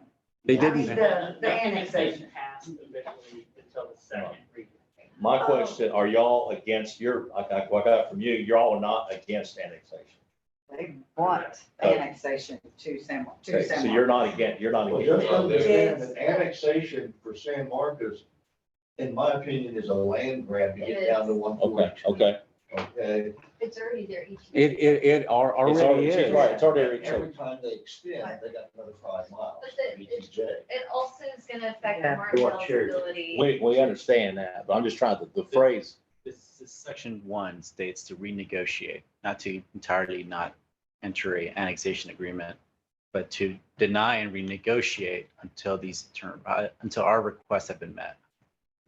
well, I question, Complete denial to never annex the property. It's to just, should we, We could renegotiate that. they Keep our. renegotiate the terms, but these are our recommendations. but what I'm hearing from the audience, what I've heard from multiple people, they're not against annexation. They're against the development, the heavy industrial, the zoning change. So that's my question. So we're not opposed to annexation. We're opposed, if they do annex in their development agreement, has us concerned about heavy industrial flood mitigation. Again, I refer back to section 1. Okay. It's the title. of it. Yeah, but maybe. The title of the document, I'm talking the title of the document. Yeah, I just want to take annexation out. I mean, Is Virginia still there? No, but that is what she would say. Okay. Okay, I'm just saying, I'm hearing everything, so I think, I'm with you, Mr. Clay. I think we need to take the annexation. And You could always amend it. it's two separate items. So the way that this played out, it was a development agreement, January 17th. Then the only thing that we as community members had any say in was annexation and zoning. So that's why we are where we are. If we had a chance to have a say on that development agreement, we would have started there, but we missed that chance. They did have a public hearing, but they didn't tell anybody about it. And we got involved in that as a way to get a seat at the table. You know, we wanted to be heard, and so we had to go in Okay. and oppose. How about this? How about if we take out the, against the annexation and leave in the heavy industrial zoning? We have opposition Yes. against heavy industrial zoning of the San Marcos Air Just Rail. understand this, Mike, in the developer's agreement, he gets both or he gets neither. No, In the developer's agreement. this is just a resolution, dude. We don't have any power. I'm saying, That says, I understand. he wants both, or he has the choice of pulling out altogether. He has a choice of pulling out. But I understand, this is just a, like the lady over here said, this is a symbolic gesture from our part as a city. So I think that the annexation be removed, against the annexation. I'm not necessarily for that. But because of what Bruce said, is that if we okay the annexation, all these extra properties here will expand their ETJ and It's take already- away our ETJ. Well, it's already in their ETJ. No, they can't take away ours. They can't take away ours. They can take, no. But it expands. It's in their it out. ETJ. Oh, okay, The okay. So- ETJ of San Marcos is currently 3.5 miles from the property edge. When that farthest property is annexed, it's gonna extend San Marcos ETJ to almost touch Lockhart's ETJ. It's gonna Yeah. cut Martindale off. We're aware of that. Martindale already We has. annexed a piece of property at the Yeah. last meeting. And then San Marcos is gonna reach 100,000 and make it 5 miles. And that's gonna happen in the next couple of years. So when this annexation is including all these Yeah. colored points, Everything except that. right, make, Well, Mary sure. Beth? Yes. Yes, it Can you is. show them that piece of property that the one above the solar? Look on your orange. I don't have that You don't have it? readily orange available. I'm just saying this is just a resolution. It A statement includes from us. all, they're annexing all of I that, understand. not just the major smart terminal port. It's Because already it said annexed. 16 No, he said point, it's not. 600, No, the smart says terminal, the here- original smart terminal is already annexed into the city of San Marcos. Oh, the The original. original smart. but terminal. it's not going to be finalized until they vote. I for think it. We're talking about the addition. I think we should take annexation off. Leave. Just because I mean, if you remove words, the annexation does not mean you're And going through approving motions. the Exactly, annexation. exactly. It just- And having you're an up or down against vote it, having to- on Yeah. motions for Let's amendments. just We could stick put with- something about, Motions for amendment. Your roads are gonna be torn up and your wells. I totally understand. Corey, do you have something? For the heavy industrial zoning, the wording of that, can we just remove heavy out of that? Because No. No, we want to keep that in there. can we put light and heavy? We'll just say we would be opposition to. It's heavy already industrial. past that. Yeah, we It's wanna do- way past that already. To try and change it to another type of Just- industrial zoning, it's already way past that. Well, I mean, if Franklin Mountain, eventually, if they do cave and say, okay, we're not gonna do heavy, what about light? And then- They Well, would that's- only that's do way- that if. That's San Marcos. I mean, Oh, I know, but this is just we got this resolution. We've got too much cross talking. Okay, I'm just, So, we're gonna do an up or down motion. can we change the word? Yeah, that's what we're just I would making. Make that part of the, We'll make make that part of the motion. Yeah, Okay, all right. so, Okay, we can make a, You can do multiple Yeah, motions you under can. this discussion item. My recommendation is for those who want to amend the resolution as written, make a motion for the amendment. Once the amendments are complete, then we'll do, my recommendation is a motion for acceptance. do you wanna make a You motion? can, Nick? either way. I still had discussion though. I mean, I don't know if we're still discussing it. Well, let's, we can always Well, we're make a gonna motion first. Make a motion first. Yeah, I'll make a motion to amend the title of the resolution 2023-04-20 of the, To read. to read a resolution of the city of Martindale City Council's opposition against Heavy. against the heavy industrial zoning of the San Marcos Air Rail and Truck Terminal. I second that. You should probably change it to opposition to opposition against is a double negative. That's true. That provides for support. That's why I stumbled on it. Oh, okay. Oh, okay. Okay, so it would read a resolution of the city of Martindale City Council's opposition to Mhm. heavy industrial zoning of the San Marcos air rail and truck terminal. Is that what you, Yes, I am. And I second that. okay, Mike seconds it. Okay, so we have a motion and a second. Is there any more discussion? Okay, Sonia? Okay. Thanks. I've been waiting patiently and trying to listen to everybody talking in the room and, trying to keep up with being on Zoom, on Zoom. So I felt very strongly about this and I'm glad that our city is taking a stance. I feel like when it comes down to it, like, Caldwell County hasn't said anything about it. And I feel like for us, Martindale, and being on the city council, that we should take a stance against it. And I'm glad to hear that, the fire department and the infrastructure and everything is going to be there. But when it comes down to it, who is all that infrastructure and safety measures and everything going to be for? It's going to be for San Marcos. And what are we going to have to do whenever it comes down to Martindale? You know what I mean? So I feel like I refuse to be like an ostrich with my head in the sand. I know that this does not have any teeth in it, but it does send a message about how we feel about this situation. And I know it is going to affect many people, but for us just not to say anything is, for me, it's, like I said, we're sticking our heads in the sand. And this is a big deal. Totally agree. Sonia. Would you please let her know that Ed Theriot was there till 10:30? Ed Therio did come and speak. Yeah. Yeah. He was there till 10:30 with us. Okay. Okay, well, I'm gonna go Sonia. ahead, since I'm gonna read Ed's message that he wrote to me. We have no official involvement since the area is within the city limits or ETJ of San Marcos. However, we are aware of the manufacturing uses that are looking at the area. The city has much better rules regarding drainage, impervious cover, water quality treatments, zoning and building codes than the county does.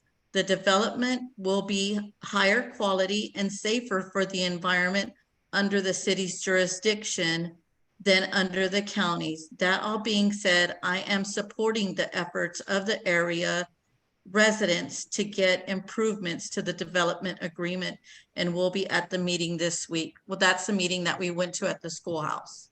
And I'm glad that he was there, when he's going to the meetings, but I feel like a general statement from the county about this big, huge development, I think a couple of words, me as a citizen, I would have liked to hear something from my county. Yeah, and then all of it, Sonia, you mentioned how it might affect us. I mean, all of this whole development is in the ETJ of San Marcos. Now, part of this development does butt up against our ETJ at Highway 42. So we do have a highway, right, separating us from this? I think we do. There's actually more. Not really. So one of the proposed lots, it touches upon the Lanzola development, and it also touches Lanzola, yes. on the Cotton Center development that have engaged the city in development agreements or are within our ETJ. So when this does get built out, and that's one of the last comments that are on the page, in section 4 talks about buffer zones. That was one of my major concerns is, are they going to build heavy industrial right into our literal backyards? And mixing industrial and residential uses is not good under any circumstances. So and then we don't want to be the payers of that in creating those buffers, because that reduces the economic ability of those lands within Martindale's ETJ. If there's going to be any environmental buffer, it should be within the San Marcos Exactly. jurisdiction, not Martindale's. And so, I have a suggestion for the actual buffers. So heavy industrial zoning in the city of San Marcos has a 20-foot setback from the property line. Really? Or right of way, 20 feet, that's it. Oof. And I would suggest defining the buffer. Because saying buffer is not going to be enough. Their actual buffer or protected yard in their code is 20 feet or 35 feet, depending on adjacency to different property uses. But they're not going to care if it's outside of their city limits. Okay. This so- is my same point. So we're talking Okay, about so just for right heavy now, we industrial, have it's a- only 20. We have a motion on the table to take the word annexation out of the title. And we have a second.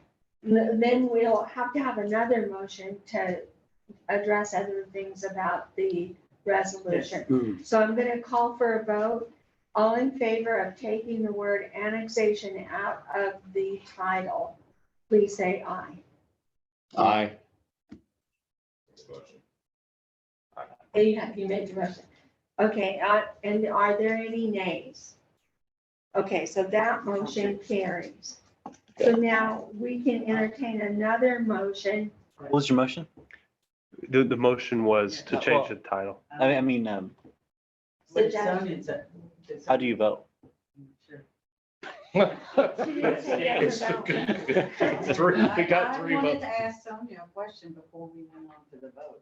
Well, this is just on the That's annexation. what I is the wanted to ask her, how she felt about it and why. So, I mean, I took the vote and it passed. It passed. Yeah. it's okay.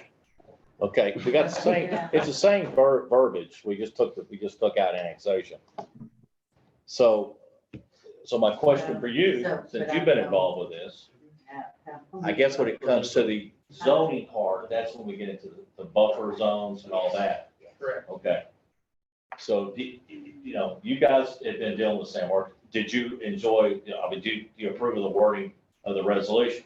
Because that's our main concern, being in Martindale, is that we're a bullseye. We got all this impervious cover coming our way. Right, and you're mostly looking at the flooding protections, and it's a huge part of this. Because they have gone from 80% by code to 70% impervious cover.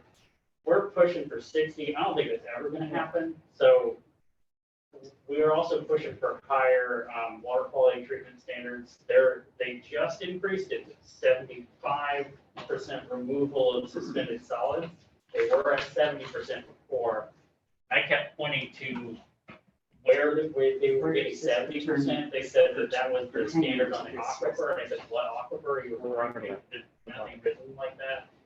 San Marcos requires of their river protection zone 80%.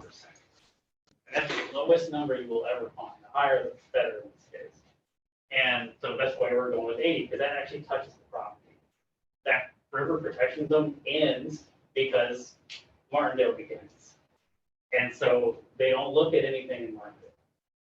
And this is a big issue with this project, is because it's right on the edge of San Marcos, it's right on the edge of Martindale, and it's in this ETJ area that there's nothing regulating much of anything. And so they're just throwing out numbers and they're like, this sounds good. And I think this is really well written. Okay. It does say a pretty good statement about why this will affect people downstream. I spoke at the at San Marcos City Council, and I asked, can you increase your size of the retention ponds for flood mitigation? That's one thing I was saying, can we do that? But that's down the road, but. Okay, Mike, we gotta get back to. Yeah, I'm sorry. I'm sorry. So we have, this resolution. Is there, anything else that someone on council wants to address? Or can we have a motion to pass it? I had So- one question, then Go ahead, Lasagna's talking. Okay. No. Okay, no, I start. It's okay. I'll just start quick. It's just since Jared did mention about our ETJs adjoining San Marcos, should we have something in there about a buffer? Oh, but we can't because it's in our ETJ. We do. It is. I mean, is there exact footage? Go, read it, go down, and show it. Where's the footage of it? There you go. Good job, gentlemen. Includes, You got it. I mean, well, do we need to say environmental buffers of 100 feet or, I mean, Yeah, we can. I mean, we should spell out because that's not specific enough. Oh, go for the gusto. I mean, we gotta be, you know, we gotta be. Price is right. 35 decibels. And just for reference, they put a 100-foot buffer around Reedville. And I gave an example of what 100 feet is. It's the right of way of FM 1984 is 80 feet. And then they got a 20-foot setback. So that's why they didn't put a buffer next to my property, because they're calling the road a buffer. Gotcha. This is how technical they get. Oh, wow. So what would you suggest? Well, we were asking for 350 feet. He wants a football field. Near residential, only near residential, that's all we were asking for. They're talking 80 foot high. They got a waiver in San Marcos to go 80 feet high. With their shipping container.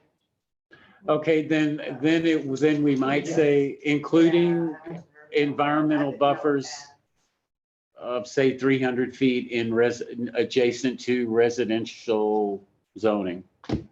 Sonia, do you have something else to say about this? No, I'm ready to make a motion once, if yours gets in there, what you wanted. So Oh, do you yeah. think we need to put a specific number of feet for the buffers on section 4? No, Sonia? I mean, like, we could put like any number that we want. I mean, will it actually happen? I mean, you know, I will say that we asked for a delay of 90 days and we got 86. Or, sorry, 76. And so. Wow. And that was, There's something happening. it was just based on the. They got a record. Yeah, the meetings didn't line up, so then they were like, well, July 3rd makes sense. It would have pushed it to August. But they were debating putting the delay until the next meeting, which is in 2 weeks. But we were able, because we asked for 90, we got more than what we're expecting. If you define environmental buffers somewhere else in your code, you could point to. Yeah, we could do that. at a Yeah, I just later don't, I mean, I haven't been involved with that negotiation. We keep it general. I don't know. I'm just. I'd rather give Okay. some footage on this. I would like to make a motion to amend section 4 of the Okay. resolution agreement of the city of Martindale to include a 300-foot environmental buffer zone adjacent to R1 zoning. How is that good enough to word it like that, or The residential a little bit broad, not just R1. There you go. all Say residential development? Okay. All residential development to include a 300-foot environmental buffer adjacent to all residential development. Okay, I have a motion. Do I have a second? Wait a minute, go ahead. Where, Okay, do you want to? that's not going to be, that'll help like areas like the Skyview subdivision, but it's not going to help in areas that are currently undeveloped. Mhm. Because if they develop Oh, first, good point. then Point. we're not in a good position. I would say 300 foot from Martindale's ETJ boundary. There you Whether go. I it be agree. whatever zoning it Yeah, is. 300, I agree. Keep it general. 300 foot 300, overall. don't put Okay. all residential. I'll change my motion to say including a 300-foot environmental buffer within our ETJ. From our boundary. Our boundary, our ETJ boundary, 300-foot environmental buffer then. I'll second that. Please understand, these fellows and developers are talking about 20-year build out starting on the far eastern edge by the new 110 because of the infrastructure there for them. And that coming this way would be much later in their. It'll be less than 20. It's starting on the western edge. Yes. You said eastern, but it's western. Okay. Okay, we got. I'm listening, I'm listening. Western edge by the loop. 110. Okay. Okay, we have a motion and a second. All in favor, please say aye. Aye. Aye. Any opposed? Sonia, how do you vote? Sonia? Is she Sonia. still there? I'm a yes. Got it, Okay. unanimous. So that carried. Okay, Okay, so now, if there are no more changes, we would need a motion to accept the document as, I have one more concern though, is that with Franklin Mountain, I've already heard other names of other companies like Scarborough, what was it? Scarborough? Same people. And if we're just saying in this agreement between Franklin Mountain, we need to say Franklin Mountain and Scarborough Lane. It needs to somehow be tied to the land. So Franklin Mountain is the official property owner. Mhm. Franklin Mountain. And so all documents contain that. okay. Okay, All right. okay. I had just seen the word Scarborough Lane on some name tags and I questioned that because I had seen Franklin Mountain, but if you think it's fine to just say Franklin Mountain, then that's good. I don't want to change it then. It's a subsidiary. The fellow that owns all of this is like some rich billionaire out in West Texas. But somebody was there the other night from his hometown, said he was a horrible disaster for the environment. Oh, God. Permian Basin, they just made a mess of the area. Oh. Mm. Okay. Well, that's all I can see. Sonia, Yes, ma'am. would you like to make a motion to pass the resolution? I would. I would like to make a motion for the resolution of the City of Martindale City Councils. It is oh my God, I know we made the changes to the opposition to the heavy industrial zoning of the San Marcos Air, Rail, and Truck Terminal. Perfect. Thank I you. second. Okay. So we have a motion and a second. Is there any more discussion? So do we put what the 300 feet, does that need to be also? That was Oh, the yeah. second motion. Okay, That was the That's already second. been changed. We've got Okay. three motions. okay. Okay, I was talking today and we heard something about bigger standards called Atlas 14. Has anyone heard about Atlas 14? The modeling data input that engineers will use in developing their stormwater management. I hear that that's more stringent and more modern than what FEMA is using now. And so I don't know if Atlas 14 is something that should be mentioned or not. They're using that, are they? yes. Okay. Okay. Okay, so we have a motion and a second. All in favor, please say aye. Aye. And are there any opposed? No. Okay. Okay, so the motion carries. Woo-hoo! Good job, Martindale.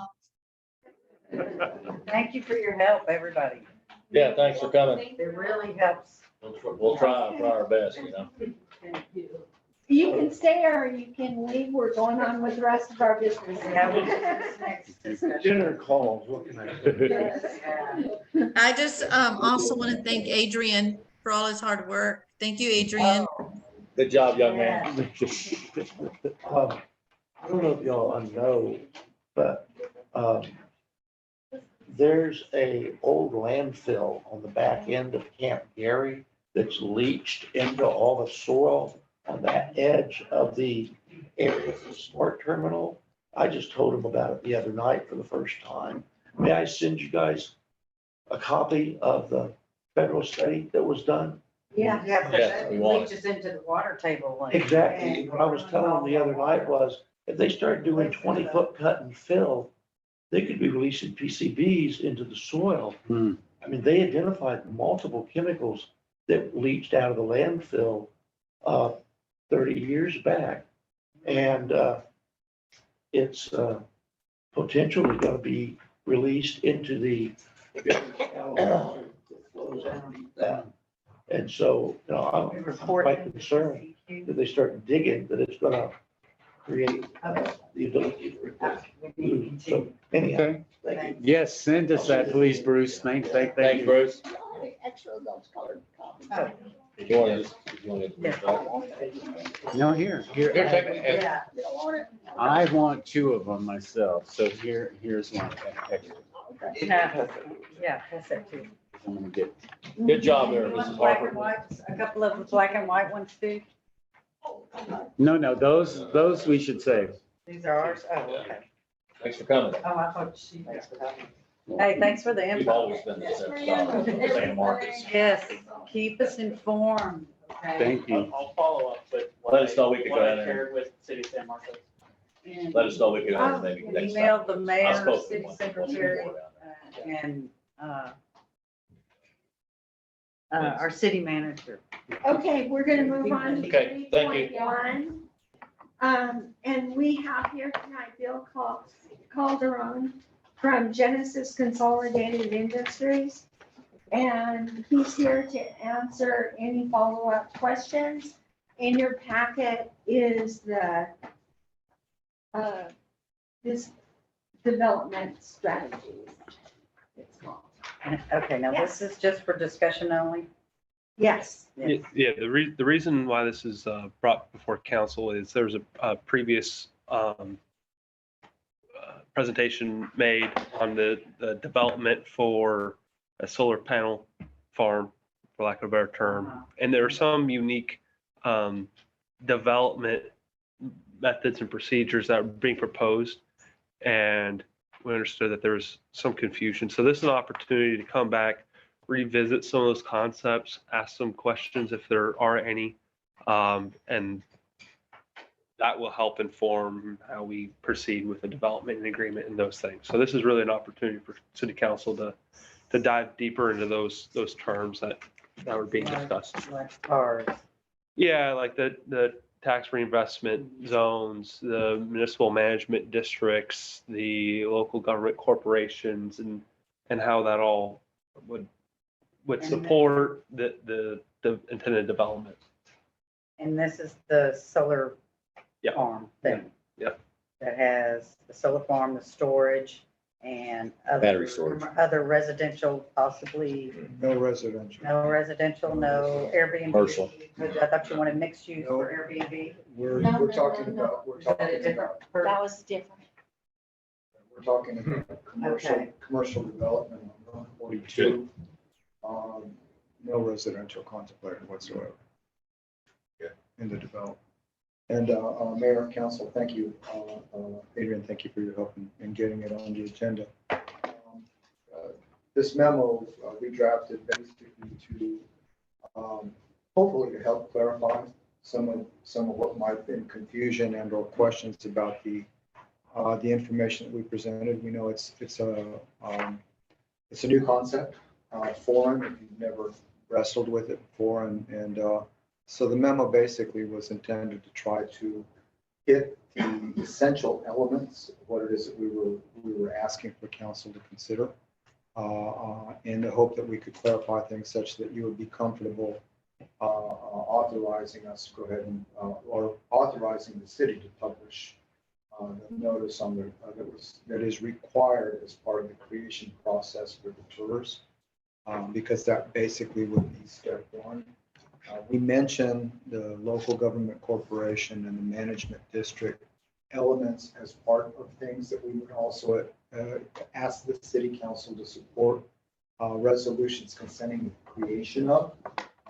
We don't have to do that right now. That, there's plenty of time to come back to those issues.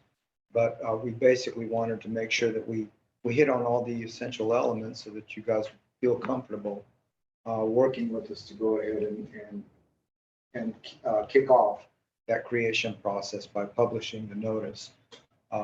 When a TERS is created by a jurisdiction by state law, there has to be a 7-day notice in a paper of general circulation before a hearing can be had. And so the notice basically would satisfy that statutory requirement. And we would just simply target a date when it would make sense to come back and hold the formal hearing on the creation. Mm. Usually when those hearings happen, what we will also have done is prepare what's called a preliminary plan for the TERS. And the plan basically is the document that says what's going to happen out there and what the how much revenue is going to be collected by the TERS, and how that revenue is going to be used within the TERS. I mean, that's essentially it. And so we would put together that document and prior to the hearing, and that document basically serves as the memo for that council action and for the public's consideration at that time. It's a fairly basic document. It'll have maps. It'll have the revenue projections. It'll have a budget for what the TERS would fund. And the numbers would also include revenues that would be spun off and retained by the jurisdictions. That's essentially it. So the number there is 40 multiple million or what? 40 million per phase is. But what does mean? Million. Oh, not just one M? What is GCI?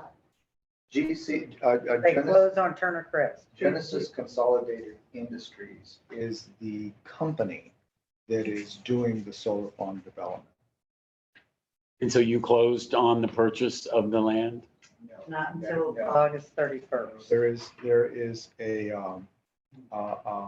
basically a letter of intent on the acquisition that is to be signed. Was going to be Wednesday. I'm understanding now it's going to be Monday of next week. And that gives us an additional time to do some due diligence. If everything looks okay, and honestly, the engineers have already looked at it and they're saying we don't really anticipate any issues. But we're going to go ahead and do, a little bit more in depth, or the engineers will do a little bit more in depth review of placement of the solar farm on that parcel of land. Unless something extraordinary is found, we fully expect that there will be a big deposit made at the end of May. The $1 million is what's in the letter of intent. And that basically triggers what I would call like a formal due diligence, where they get really into the weeds relative the design of the farm and all aspects associated with how that would impact the dirt, as well as connectivity to the grid. All of the issues basically that you'd have to understand before you say it will absolutely work, because you want to know that before you pull the trigger on significant cost for the land and what's going to be about $300 million worth of. Quick question, because I know some people have been involved with leases for solar farms, and what I've heard is they'll come to a landowner and they'll do a 30-year lease. So this is not going to be a long-term lease. Y'all going to acquire the property. Buy the land. So it's going to be a permanent. Yes. Okay. Yes. I got another question. Maybe I'm way off here. We had your neighbor, another developer, talked about using power line easements to actually annex into a city limits of a city. Have you ever heard of that before? No. Being done? I have not. You have not, with your experience? Okay. I can address that question after the meeting tonight if you want, Mike. Okay, because I was, okay. That's all. So you represent a Calderon Economic Development Strategy. I am Calderon Economic. Okay. So you're the one that's helping CGI get funding so that they can buy the Turner Crest property. And develop the land into a. Develop the land. And so you're here, And- you're here to, I'm sorry, No, I just okay, had go something ahead. pop in my head. You're here to help us understand why, ultimately you need us to give you okay to form the TERS Yes. and to run the TERS. Yes. And I'm gonna be honest, I'm confused. I'm still confused why, did you go to Lockhart? Did you guys approach Lockhart at all for this? To the city of Lockhart? Yeah. No. It's because of our size of our population is why. No, actually, there is a phase, there is what is this is a three-phase deal. Phase one of the deal is actually been under development, not construction, under development from the analysis and all of the engineering and all of the stuff that has to be done for the last year and a half. Mm-hmm. And it's in the city of Hewlin's ETJ. Right. Right. That's the first phase. And that's phase one. And we are relatively close at this point in time to getting to a critical point in the development process, which is notice to proceed. When you get into NTP, that basically means that if the land hasn't been bought, it's going to be bought, and construction begins very shortly after that. Because in order to get to NTP on one of these deals, you got to go through all of the will it work on the dirt first and foremost, and make sure that you have no drainage issues or anything like that. You got to make sure you got connectivity to the grid. It's not too costly. And then lastly, you've got to have what's known as a power purchase agreement. Without a power purchase agreement, these things don't go anywhere because the cost of doing these things is so expensive. Unless you're, a billionaire, you're going to borrow the money. And GCI is borrowing capital on this through a couple of different sources. And the people that loan the money aren't going to loan it to you unless they know that there is a power purchase agreement in place, because that's the document that guarantees that there's going to be money churned from this solar farm as it starts to generate the power. And this memorandum is part of that power purchase agreement. This one, no. Gives us there. This is just purely to help explain what's going on. Okay. This is just for you guys to better understand the reason why we need council's support. Okay, yes, so we have to approve the municipal management district and then the tax increment investment zone. And my understanding with the tax investment, the tax increment investment zone is that you collect all the property taxes. And I mean, that still is all I can think of. When I see this, and you explained it before, but you have to explain it to me. No, that's 4-year-old. That's exactly. And the MMD. Okay. Again, and I'm happy to talk about the MMD all you want, but that is something that we can delay for later. We don't necessarily have to deal with that right now. And the same is the case for the LGC. We don't necessarily have to deal with that right now. We can come back and workshop those if you like in greater detail. What was the LGC? Local government corporation. It sounds worse. But the way before I get into the how the TERS works, the reason we are asking for the TERS is that in order for the financing and the rate of return to pencil out based on the high cost, and if you separate out the land from what is about a $330 million investment per phase, and it's the same up here. So since we got two phases, it's going to be $660 million total that'll be spent here. But just looking at one phase, if it's 330, about 110 of that's basically just the land, and 220 million is what it costs to put one phase of solar farm in place and have it start to generate power. And the solar farm it's all of the paneling, it's the stands for the paneling, it's all the wiring that connects them all together, and it's a battery storage component because everything that comes from the panels goes to the battery storage first. And then it leaves the battery storage by another set of very heavy duty wires and connects into those power lines that are along there. And that's how the energy gets into the grid. And it leaks into the grid as the As grid, needed. as the grid can accept it, basically. And so, that, all of that stuff costs $220 million. And a big chunk of that is labor. Because we're hiring, 250 people to be out there every day working this thing. And we're paying them $60,000 a year with benefits. Yeah, but once the construction's gone, those The- people go the- away, those- then how many employees you get? It's about 30 or so per phase. So you'll end up with about 50 to 60 people full time. That's just the nature of the beast. I mean, I wish I could promise that they'd stick around and be, generating all kinds of salary, but that's not the case. Given that the solar piece plus labor plus all the hardware is about $220 million.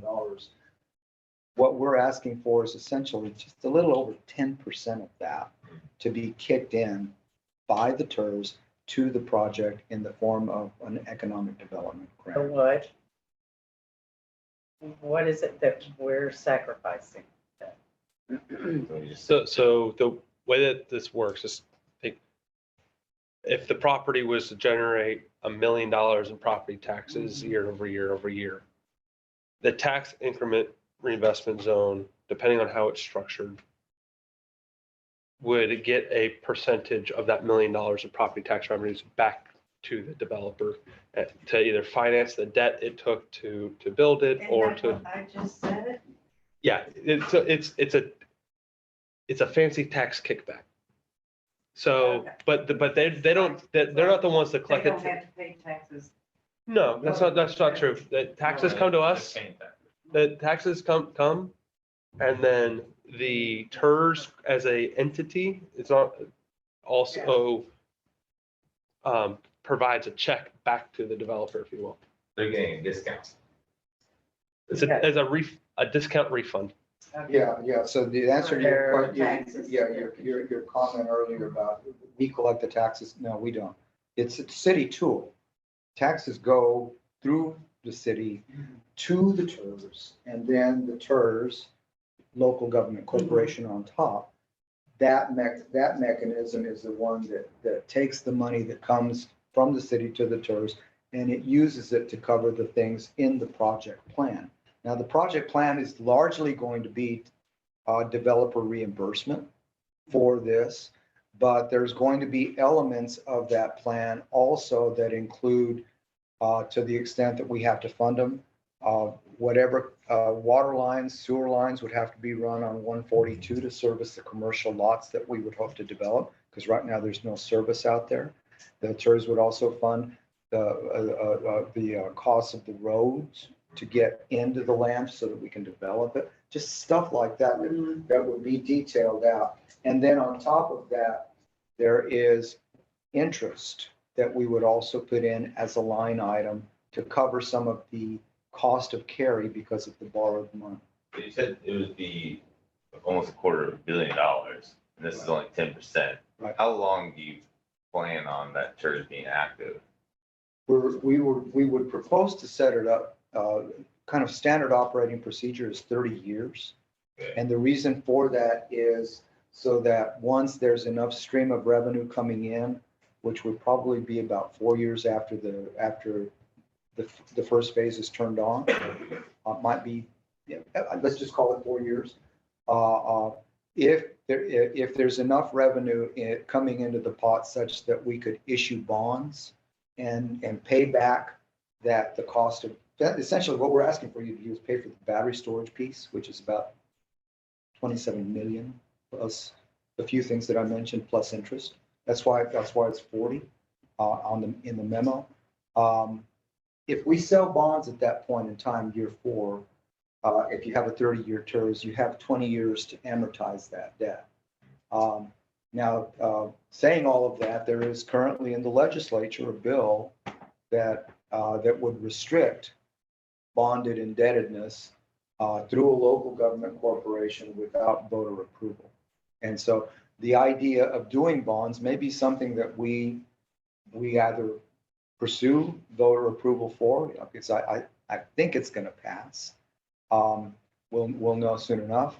Or we may just never do bonds, but just use that interest carry in the plan to go and on the private side, get a bank loan to take the developer out and you just assign the revenue.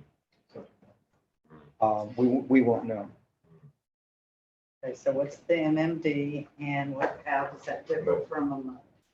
Unless you still have more questions. No, you I'm just asking more questions. The MUD operates similar to the TERS as a financing mechanism.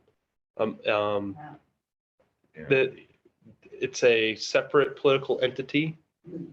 TERS also becomes its own little entity. The difference is the taxing powers and the authorities that a MUD operates within a TERS. MUDs operate separate from the city. A TERS operates in conjunction with the city. And so the TERS is really managed in part of the city fully, where a MUD is separate. And I'll let him answer the MMD. MMD, is that similar to a MUD? Yes and no. One more point on the MUD. You're absolutely right. MUD is separate, and MUD has taxing powers. The board of they typically, when you set up a MUD, you move a voter into the MUD, and they vote debt capacity and they vote bonds. One person or two people will do that. And so now the MUD has the ability to sell bonds because they've been voter approved. And when the MUD begins a generation of revenue, it handles all of that. It's like its own entity. It has its own tax collector, its own, and so The MUD, the MUD. yes. And so it all goes to them directly. You all don't have anything to do with that money. Opposite on the TERS, because the TERS is city created, it would be collected by the city and then remitted to the TERS. On your question of difference between MMD and MUD, let me explain that a MUD basically has limited power to do water, sewer, drainage, roads, and green space. And unless you go to the legislature and change the law specific for that MUD, those are the only powers it's going to have. But you can, I've seen MUDs that they add stuff to, but the legislature has to approve that. And so any MUD that's created is only going to do those things. A management district, alternatively, it's a different law.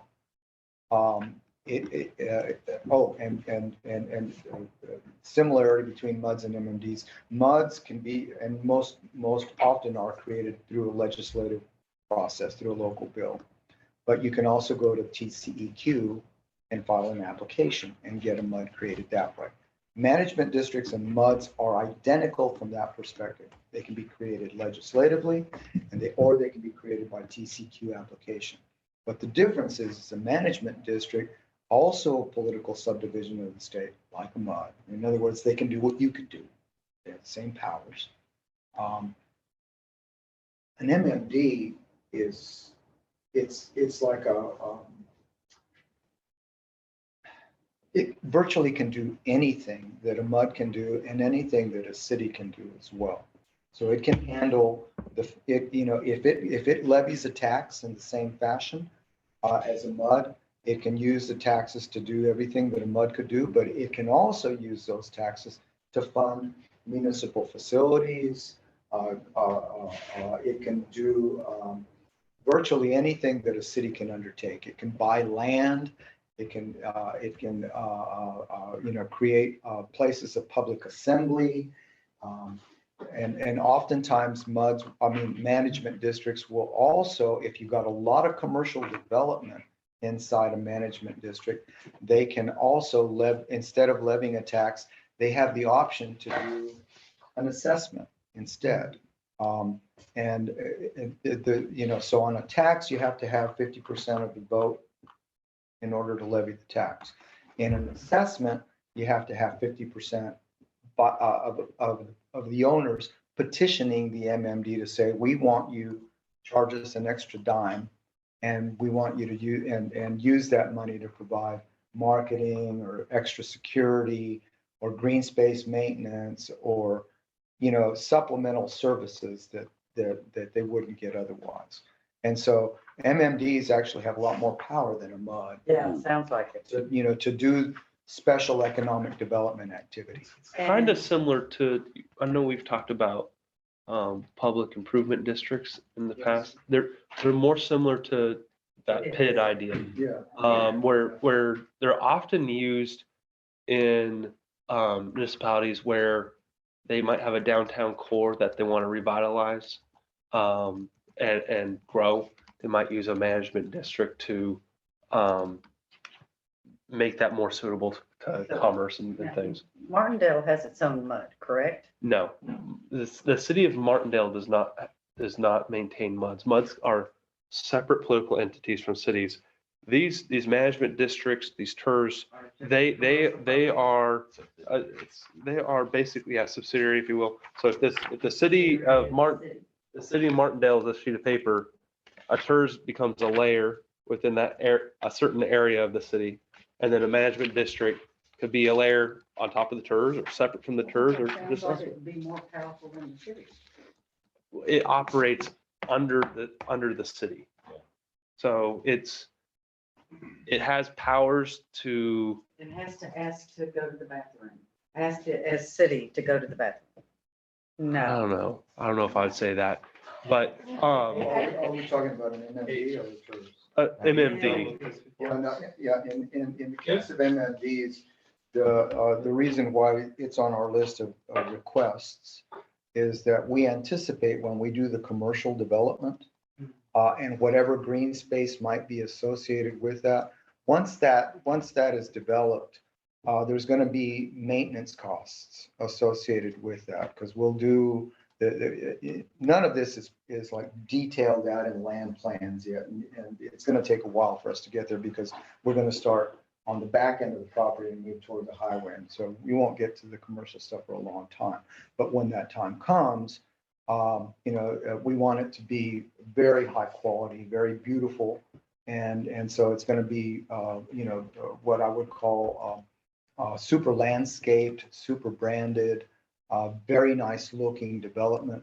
And when you do that kind of thing, of course, the more plants and trees and things that you put out there, it's going to require maintenance. If there's any places where people gather, which is a possibility because there's going to be several hundred acres of land that can be developed commercially, any of that kind of stuff that might create a maintenance burden, we're going to ask for the property owners along the highway, basically, to help pay for that, so that none of that maintenance cost in any way shifts to the city, even though it'll be on the city right of way. All right, I have one last question. Are these solar batteries considered toxic waste? No, they are not. So how do you dispose of them? I don't know the answer to that. They're industrial. I can get you an answer, but honestly don't know. I believe they're probably recycled, but I'd have to get up. What's the lifetime of them then? How long would you expect those batteries to last? I'm told that the panels can go anywhere from 6 to 10 years without needing to be replaced, without losing, major efficiency in the energy production. The batteries, on the other hand, are 25 to 30 years. I have an environmental concern of possibly about 2,000 acres of solar panels and the reflective glare, because they have to be positioned to the south or the southwest or southeast. And so if we have this 2,000 acres of solar panels to our north, aren't you going to be positioning them to gather as much power as possible, thus having them positioned towards the southern part of your property, which then, what about reflected glare on airplanes or birds or people? Or, it seems like that's a lot of reflected glare, 2,000 acres of panels. It may very well be. And I'm again, on that question, I will come back to you with an answer. Yeah, I think that's a real concern that I have, because we've always looked up North 142 from this area where we are, and we don't see anything but high transmission lines and I mean, the trees are all gone, so that concerns me too, that all the trees have been bulldozed off that property, but you seem to say you're gonna control runoff and all that stuff. But that's all I have about that. Thank you. I have a quick question, and I know, Man. Matt, did you want to say something? Yeah, I agree with, I've lived in Vegas, obviously, for quite a few years before moving here, and there's a plethora of solar farms in the desert, and you should be very concerned about the reflectivity, and obviously the angling of that is an issue. Right now, most of that is out in the middle of the desert, not in a close proximity to any development. Sure. So there's obviously concerns. My question though was about the TERS was, I haven't seen, I'm a numbers guy, so bear with me. I don't see any numbers, so I'm a little confused about, this whole, basically you said it's a rebate, if you will, kickback, whatever phrase, nice way you want to use it, for a property tax incentive to get to this. In a nutshell, am I in the understanding that basically the city then would, even though we're in the ETJ or annexing this particular land, we're not going to receive any property tax from that land because we're giving it? Not until we petition. Not until we petition. What? No. Go ahead. So Mr. Calderon's right. There would be no, while they're in the ETJ, we collect no property tax. Like it's only after they annex. Yeah. And then under the TERS, we would, unless the TERS is 100% rebate, then it's a percentage of what we get. So if it's a 50-50, it's 50-50 of the land value. And so some initial estimates that the developer has submitted, we're projecting somewhere on the order of $1 million or more, or $2 million or more in property tax revenues being generated. And then based off of that, of a different percent, say 50-50, it would be about $1 million to the developer, $1 million to the city. And it's so it's all going to come down to when we negotiate those terms. If it's 50, 40, 20, 180, who knows? And then what the values are is it's going to be dictated kind of how the phase schedules go and stuff like that. We've run preliminary analysis, and at the hearing, all of that data will be shared. So I mean, I won't hold you to it. So realistically, how much? It's about $130 million, actually closer to $140 million on a 50-50 basis, 140 to the city, 140 to the TERS, of which we probably, depending on the debt, may only use about 120. That it's going to depend on how the debt issue is managed. But bottom line is that we had proposed a 50-50 because that gets us, assuming a $40 million per phase is correct, that gets us the $80 million that we would need for the reimbursables with additional dollars in for whatever other public improvements that we put into the TERS. And by the way, to the extent that there is a surplus capacity, and I believe that there's going to be more than enough surplus capacity, one of the things that we had shared with the city prior is that there's also an ability to put in additional public infrastructure improvements within the project plan itself that could be financed later than sooner, but from the TERS pot, such that the half that comes to the city is used by the city to do whatever you want, and the TERS is still going to be funding some of whatever is ultimately negotiated into the plan to be financed by that source of revenue. No, I know you got a lot of variables, but realistically, what would you think the time we would start getting any kind of revenue? We're looking at value, assuming that we begin construction as contemplated, which would be a year from August. Okay. You're going to see value actually on the rolls in 2026. Okay. And that's when the first infusion of capital will come in. And because it ramps up so quickly, because this is very expensive stuff, I think you're going to see you're going to see a significant chunk of change come into the city in 2027. That quick out. That quick. Whereas if we had a regular mud, it would be years and years. Muds, Yeah. well, So typically, that's pay off. unless a mud agrees to give you some of their money, Yeah. they're not ever gonna do It that. might be 30 They years keep- later, They yeah. keep their money. Yeah, exactly. Okay, that's what I think. Thank you. The other thing that's important to mention about the TERS is, I say, we're modeling for a 30-year because that's kind of a standard deal. If the values associated with what we put out there grow even more quickly than what we've seen in other areas, which is possible based on the land, because the bulk of the value is not really going to be from the assets that we put out there. I mean, the assets are expensive, but there's a provision in the tax code that says for the first year, whatever you spend, let's call it $200 million in hardware, that's what you're going to pay taxes on for the assets. But then the assets start to depreciate, and that's a state required depreciation in the tax law. And they depreciate over 10 years. And at the 10th year, you end up at 20% of whatever that initial investment was. And there it stays.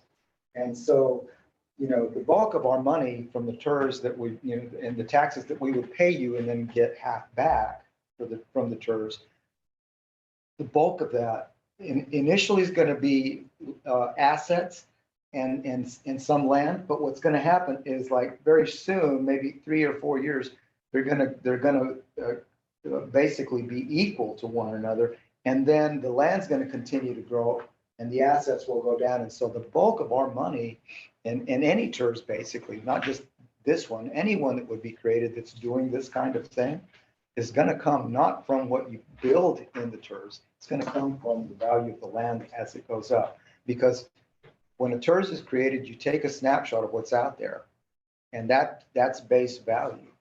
And then any growth over that base is the revenue that's collected and put into the TERS pot. And so you'll see, significant growth, mostly in the dirt over the 30-year life of the zone. But we fully believe that, especially if bonds are not sold, that the likelihood is great that on an as-you-go basis, this TERS would probably pay out even as quickly as 15 years. And if there isn't anything else to do at that point in time, then the TERS by operation of law folds, and 100% of the money that was being split now comes into your general fund. I did have a question about the relationship between the MMD and the city. I'm assuming you've been a part of the MMD, that's why I asked Bud over there. I've done tons of. Yeah, and so a board, I would imagine, and then the relationship between, for instance, if we were to accept this, is it every 2 weeks, every meeting, there's a report, or how does that go about? Like, how much extra work for the city does that require? Let me take TERS first, Okay. and then I'll talk about MMD. Because TERS is it would be a municipally created mechanism. We and the TERS in the city basically would operate pretty much in sync with one another. It doesn't require any specific council time, because the council will appoint a board of directors, and that board of directors basically would manage the TERS process. And when we do the LGC and overlay it on top of the TERS, it's the same people. They wear two hats. The LGC is actually the one that does the bulk of the work, but they do that by agreement with you guys. Once your project plan is approved and the participation rate is determined, and that's actually right at the very front end when the council adopts the ordinance, there really isn't a whole lot more for the city to do. The city has two options. They can either offer to put a staff person in charge of managing that. Most TERSs actually will hire a consultant to do that and manage the TERS. And as far as reporting goes, whatever the council's pleasure is. I mean, you could get it on a monthly basis, you could get it on a quarterly basis. Typically, when we do LGCs on top of the TERS, part of the reason why we do that is to smooth out the operation of the TERS, because you basically, transfer responsibility for the TERS to the local government corporation, and it manages it on your behalf. But the city's involved in all the critical steps. You're the one who creates the preliminary plan that I mentioned at the public hearing. Once that hearing is held and the TERS is created, your next step is to appoint a board of directors. When that board of directors meets, one of the first things that they take on is taking that preliminary plan and going final with it. Now, more often than not, what is heard at the public hearing pretty much going to be 98% final. But we finalize that plan, and then that board of directors approves the plan. But before it's final, it comes back to you. And council gets one more crack at whatever adjustments it might want to make to it. But once council approves it, then the plan is deemed final. Pretty much after that, there really isn't a lot for the council to worry about, but you would get annual budgets from the TERS. You would get independent audits from the local government corporation, because they actually have to be part of your audit anyway. And my experience in having managed them on the city side as well as on the consultant side is that if you set them up right, you really want there to be collaboration. You want there to be discussions, because as development occurs, there are things that you didn't anticipate might come up and need to be addressed, and there may be an added cost. And if it makes sense to put it in the TERS, then the board would say, let's amend the plan. They do the plan amendment, and then they send it to you guys, and you have to say we agree or not. So, I mean, there's things that would come back to you periodically. Mhm. What happens oftentimes in cities that use these tools is that as demand for service grows, as your population grows, if there's things that you need and you want to place in the TERS, if you can already see based on how the numbers are playing out that there's going to be surplus capacity in the TERS above and beyond what it's charged to pay for, you can amend the plan to add stuff so that the TERS actually will pay for that too. Because one of the benefits. And stuff like to the city? No. In other words, let's say, for example, you get to your population gets to the point where you need to add a lift station or expansion of a treatment plant. Well, that's what I meant. There's Yeah. something for the city. Yeah, that's Sidewalk. exactly, yes. Or improved roads. It could be a park, it could be a police station, it could be a car station, Yeah, okay. anything. Gotcha. You can actually pop that into the TERS plan, and it becomes a TERS project. Okay, and who appoints the board? The TERS? We do. And then my understanding is not on the TERS, but for the And do they? management districts, the city council can vote to dissolve it. That is absolutely correct. Right. Yeah, we have to come to you and ask for your permission. That's why I mentioned it. We need your consent in the form of a resolution to say, go ahead and create the MMD.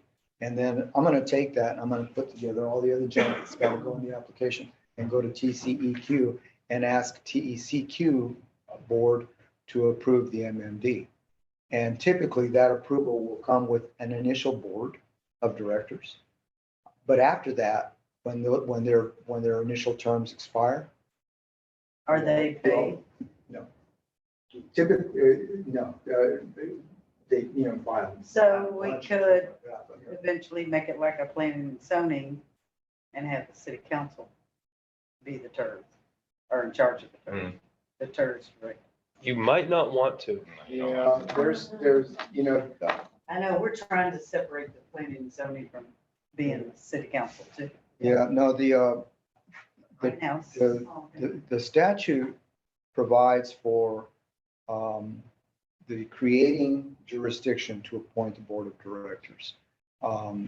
Some jurisdictions, especially the ones that are smaller, because there might be a lack of people that are interested in serving, and or there's on the council saying we want to control everything that's going on here, so we're going to be the board. I've seen that many times, but and you can do that. There's nothing that technically keeps you from doing that if you want to appoint yourselves. The weird thing about that is that in the statute says you know, once the board is appointed, they take the preliminary plan and they vote that plan final.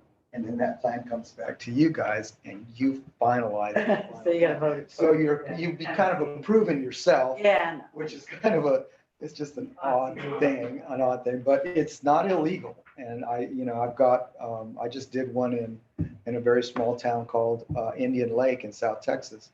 And the mayor, the vice mayor, and the city secretary are 3 of the 5 board members. And the developer has a rep, which is not unusual. And then the 5th one is going to be for the county. Indian Lake. Maybe you ought to contact them. Yeah, it's very, in fact, it's very similar in size. They're a very small community. Yeah, I'm happy to give you those connections. Any other questions? I'm good here. I'm okay. Yeah, thank you. Local government corporations are typically used in transportation projects or on projects that have multiple city jurisdictions. Like one of the examples I found was like dispatch, emergency services for dispatch or other things. This seems to be unique that it's not for transportation and it would not be for multiple jurisdictions. Actually, it is. Well, it was multiple jurisdictions before the TERS city component, or Well, for the TERS, yeah, once the TERS is in place, we'll knock on the county door. And if there's a community college district, we may tap them if there is. But anybody who levies taxes in the TERS area conceivably could approve an interlocal agreement with the city to send some of its tax money to the TERS fund. Gotcha. All right. So it is multi-jurisdictional. So what's the power and purpose of the corporation or mission of the corporation in this case? Is it to be like a energy agency or regarding the power generation and things, or is this separate from the commercial aspects of the land and more so just administrative governance? The intent is to use the local government corporation basically as a helper to the city to implement the TERS plan on the city's behalf. You know, the state law says that when the city creates a TERS, it's the city's obligation to implement the TERS and the TERS plan. The reason why this methodology now exists is that when I was operating the economic development division of the city of Houston, we ended up in a dilemma that wasn't anticipated. The very first TERS that was created, even before I was doing economic development, was created by petition. And a developer came in and said, you know, I've got 50% of the land. Statute says if I'm over 50%, then you know, you can do this if you want. And the city said, sounds good to us. You're going to develop the land. It's right by the Galleria. And he said, and by the way, I want you to issue bonds for me because the statute says you can do TERS bonds. So the city looked, I don't know who looked at his financials, but they went ahead and issued like $2.2 million worth of bonds. And then he said, oh, and by the way, give me a PID because here's my petition for the PID and issue bonds for that. And so the city issued $800,000 worth of bonds. Well, the PIT worked just fine because it's assessments and it's property owners who are paying that every year. And the debt service on that $800,000 was real low anyway. It was only like $34,000 a year, so it wasn't something that was hard to manage. Well, the debt service on the TERS bonds is about 80 or 90 a year, and the developer didn't develop the TERS fast enough for the money to come into the pot so it would generate that debt service. And it wasn't because he didn't want to or didn't have money. The guy who owned the land was busy doing stuff elsewhere. He was selling arms in the Nicaragua war that was going on back then and making a lot more money selling guns. And so he said, you know, I don't want to worry about that. The land in the TERS, all that got resolved, and the land ultimately did get taken down and it got developed. But for a year and a half, you know, people were coming to me saying, we got debt service on these bonds. How are we going to do this? And I had to go to the finance director and say, I need to borrow some money from the general fund, you know, to pay the debt service on these bonds. And you never want to be in that position. because it basically presented an opportunity for default. And so we resolved that, but the very next TERS that came in, they said, we want one just like the one that you gave that guy. And we want you to sell bonds and we want it. And I said, we're not doing that. I said, there's no way we're going to put ourselves out there again because nobody anticipated that. And who says it can't happen again? And so the guys that were providing legal counsel huddled, and then they came back to us and said, we think we have a way to do this. And it was using the transportation code to create a local government corporation and providing the corporation the power to issue bonds with council consent. And so I spent 7 months going back and forth with the law firm, coming up with an agreement that would define the relationship between the city and the LGC and the TERS so that it would work, so that we would not have any exposure. And Midtown TERS number 2 in the Midtown Redevelopment Authority was what resulted from all of that. Since then, there are hundreds that have been created, hundreds of TERSs that have been created, probably about 130 local government corporations in Texas that are TERS specific, that are, half of which have issued bonds.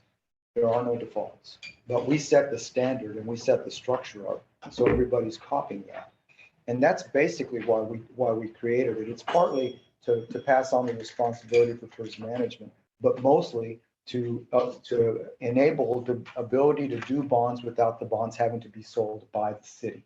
Because while the tri-party agreement says you guys get to approve if the TERS issues the bonds or not, because they'll have to come and ask you for permission and show you what the money's going to do and where it's going to come from, how it's going to get paid back, satisfy you completely before you say go. But when they go, those bonds are LGC bonds. They're not city bonds. And God forbid there would ever be a default. Certainly none ever close to the ones I've done. But if that should happen, it would be an LGC default, not a city default. And that's why we set it up that way. And that's really primarily why we want the LGC, because it just gives that extra cushion in the event there's debt. But from a practical perspective, it also makes cleaner the separation of obligations. Because when you do the LGC, you basically say, board of directors, it's our job to implement this, but we're giving it to you, and don't screw up, and because we're going to be watching. And that's basically why we do the LGCs. So the next steps, do you envision presenting a development agreement that would contain these terms, or is the first step a petition to annex and creation of the TERS, or what do you see? Actually, the next step would simply to have council publish notice on the creation. We do not have to petition for it to be created. City has the power to create it in the ETJ. And while we work through the getting ourselves into your jurisdiction, we can begin that setup and that process. Because that'll take us probably about 120, maybe to 150 days to get through all the various steps. But we would ask for council essentially to authorize the publication of that notice so that we can trigger that process. And then as we're doing the TERS, basically, by the time we get to public hearing, which would be probably 3 weeks or so, 4 weeks after the publication of the notice, that we will have provided you a copy of the preliminary plan. The plan will have a budget of what the TERS is going to finance, and except for a few items that are not part of the solar farm, unless they're developer funded, the budget in the plan will pretty much tell you what's going to be in the development agreement. The development agreement itself, we probably wouldn't do until after the TERS is created, because it has to be approved by the board of directors. But more often than not, when you're using a TERS to reimburse the developer for project costs, it's private capital that goes into the deal, and TERS is paying it back. So the plan and the development agreement pretty much mirror one another in terms of what gets financed. Has Uland okayed a mud and TERS for you? for the solar farm? No, we're not going to do a TERS in the city of Uland. We've got negotiations ongoing with Caldwell County. Oh. Uland, They don't have that kind of. well, the problem that we have with Uland is that, and it's similar to the problem that we have here, but it's more complicated, is that we don't connect to the city's boundary to be able to annex in. Oh. And there's two property owners and several hundred acres of land between us. Right. So getting there to be able Okay, to. that's fine. I don't even know. Yeah, that's why we can't, we had actually asked them to create the petitions and it's create the TERS since it is in their ETJ. But when we proposed the TERS to the county was not inclined to support the TERS. Primarily because at that time, there was a constitutional limitation having to do with bonds. It's a long story, but when the county got put into the TERS statute, in order for them to be able to create TERS, nobody did it because you couldn't pledge county dollars to do anything other than roads and bridges. And that's a constitutional thing. Oh, okay. And so the TERS funding mechanism wouldn't work. So, when we talked to Uland, we couldn't get there, number one. And when we went to the county said, we'd rather give you a tax abatement. We were more comfortable with that. Oh, okay. And so that's our plan with county on phase one. But since then, that constitutional issue has been resolved. And so now, and on top of that, there has never been an issue when it's a city created TERS, believe it or not. The county by interlocal agreement sends the money to you guys. And if you have a local government corporation by agreement, you send it to them. And by that transfer, it loses its county label, I guess, because it becomes a city TERS fund. And you can pledge that dollar against bonds. So that's why we went to Uland first, but it didn't work. So we're taking an abatement on phase one. But here, since we would have you guys do it, once we get ourselves annexed into you, Bypass the county. yeah, we'll have you guys and the county both together coming in. Okay. Okay, All right, thank you. thank you. Is there options, once we go through the TERS creation steps, to dissolve the TERS if for some reason GCI as a project, financing or other troubles falls through? Is there any way that the city would be able The to? business fails. Yes. The city, by statute, the city does have the authority to kill the TERS if it's created it. There is a caveat. And to the extent that there has been a development agreement approved and dollars expended toward the project that are funding something that is a TERS obligation, if the city kills the TERS, then there's an assumption of that obligation. Got it. Okay. We don't expect that's going to be within the realm of code. Not even close. I have a council. Comment. Okay. Sonia? Hi, so I just wanted to make sure that I understand or that I have the correct information. So all of our property taxes above and beyond our base tax value number will go into the TERS. No, all of the revenue collected within the boundaries of the TERS would be, based on our proposal, essentially split 50-50. Half of it stays in your general fund, the other half is used to finance what's in the project plan. So it's only the business, not the citizens. We're not proposing. Citizens don't. Yeah, we're not proposing to touch contribute. anything that you're currently collecting or will continue to collect within the boundaries of the city as it exists today. Okay. Thank you. Yes, ma'am. Well, appreciate your time. Yeah, Yes. thanks. Thank you. Thank you. Well, the one comment I have for council is many cities will develop policy documents or other things that kind of govern their TERS. San Marcos has something similar to that. That's something that we probably want to look at as we get into publishing notice, and we might want to do some homework on that before we get to the notice stage. But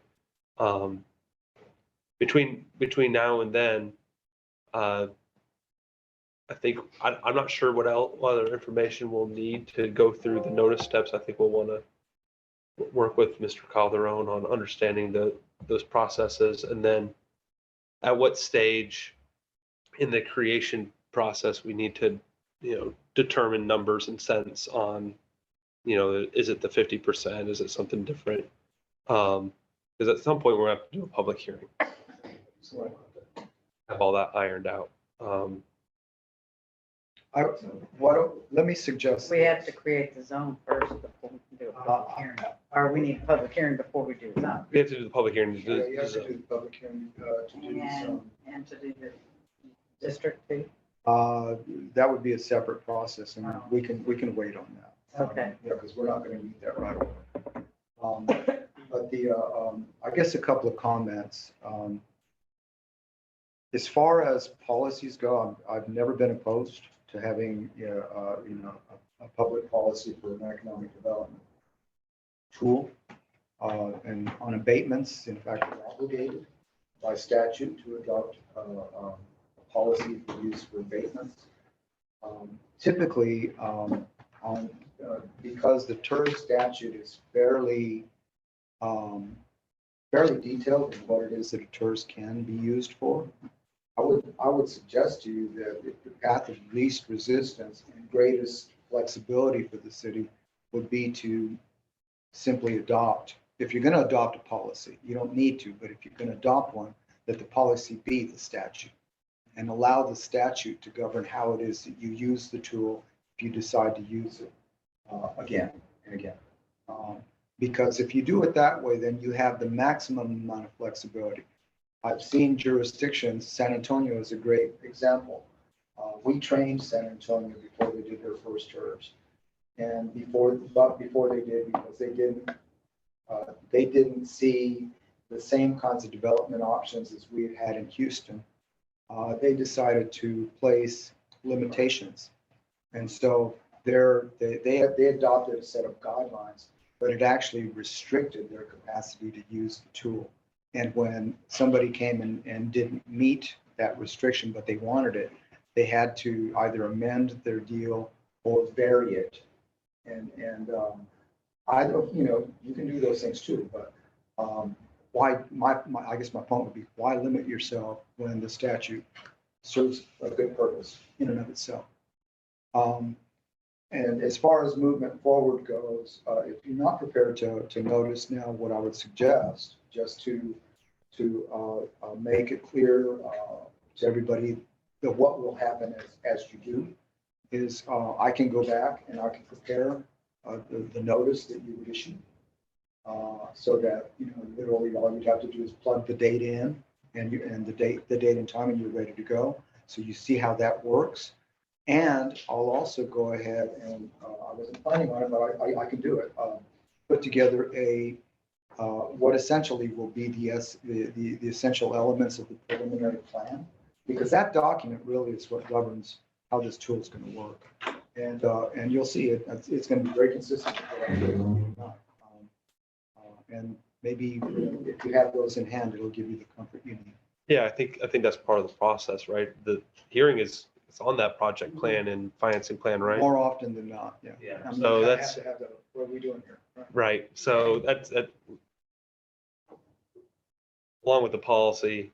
I take your guidance Sure. on the statute issue, but having those preliminary project plans, financing plans, the numbers, the kind of things that I think you've already shared to the city staff, having that maybe polished or confirmed that is the preliminary project, the financing plan, then I think that what we'll need on the notice. And yeah, if you want to take a shot of crafting what that notice needs to look like, we'll definitely take the help. No problem. No problem. I was planning on it. Thank you. Good idea. Thank you. Thank you so much. I really do appreciate your consideration. and your time. On behalf of GCI, we value the interest, and we're really looking forward to establishing a good partnership. Okay, Thank you. thanks. Thank you, sir. No, just to, where is it? Okay, so we're gonna move on to 3.2. Motion to accept or deny the sponsorship of $8,000 from the hotel motel tax to support the river appreciation weekend or event, or whatever you All want. right, I make a motion to accept. Well, wait a minute, we gotta. Let's talk about it. Make a motion before, and Yeah, then we you can can, discuss. you can make a motion. He's ready to go home. Man, we need to like, just let it do it. We can talk about it. I make a motion that we accept the sponsorship of $8,000 from the Hotel Motel Fund for Martindale River Appreciation Event. Okay, we have a motion. Do we have a second? I'll second. Are you gonna talk? Or are you gonna? you've already Thank you done very your- much. Okay. Well, We're saying we're that. gonna vote on it Now though. we discuss. Now, we have a page that's in the packet. I didn't. And I also, I also printed it out. I didn't see it. Yeah, Yeah, it's in our, there. It's right. do you want one? Page 2. I got that. I've got it. I've read it. Yeah, Okay. I've read it. You want to have- Oh, yeah. I have a copy on my Public. Are you gonna be working Do you have one? with Barry on the 2-story building? Y'all gonna be interfacing with them? I don't know that there's been any conversation yet, but I would think. I that think that you would make probably wanna perfect do sense, that yeah. because So Sonia is online, but this paper kind of says what they're intending to do. Hmm. It was a one-day event last year and it was really successful. It was very well attended. And so they're going to expand it into 2 days. And if we give them consent tonight, they'll have more time to organize it than what happened last year. This letter is a result of my request to the organizer to identify a couple of things that are required under the use of hotel funds. First, that has to directly promote tourism and directly promote the hotel industry. Basically, tourism is someone traveling from somewhere else to Martindale, and a direct promotion is any event that is likely to cause increased hotel activity. And that activity may result from guests that are already in town and choose to attend the event, or from individuals traveling for the specific purpose of staying here. So the key is any funded event that is not reasonably likely to directly enhance tourism in the hotel industry or activities can't be funded.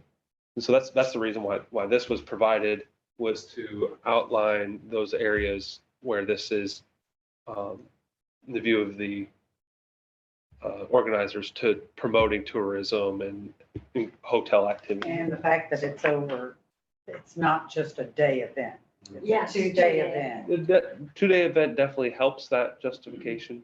I don't If it was know. a 1-day event, I don't think it would qualify.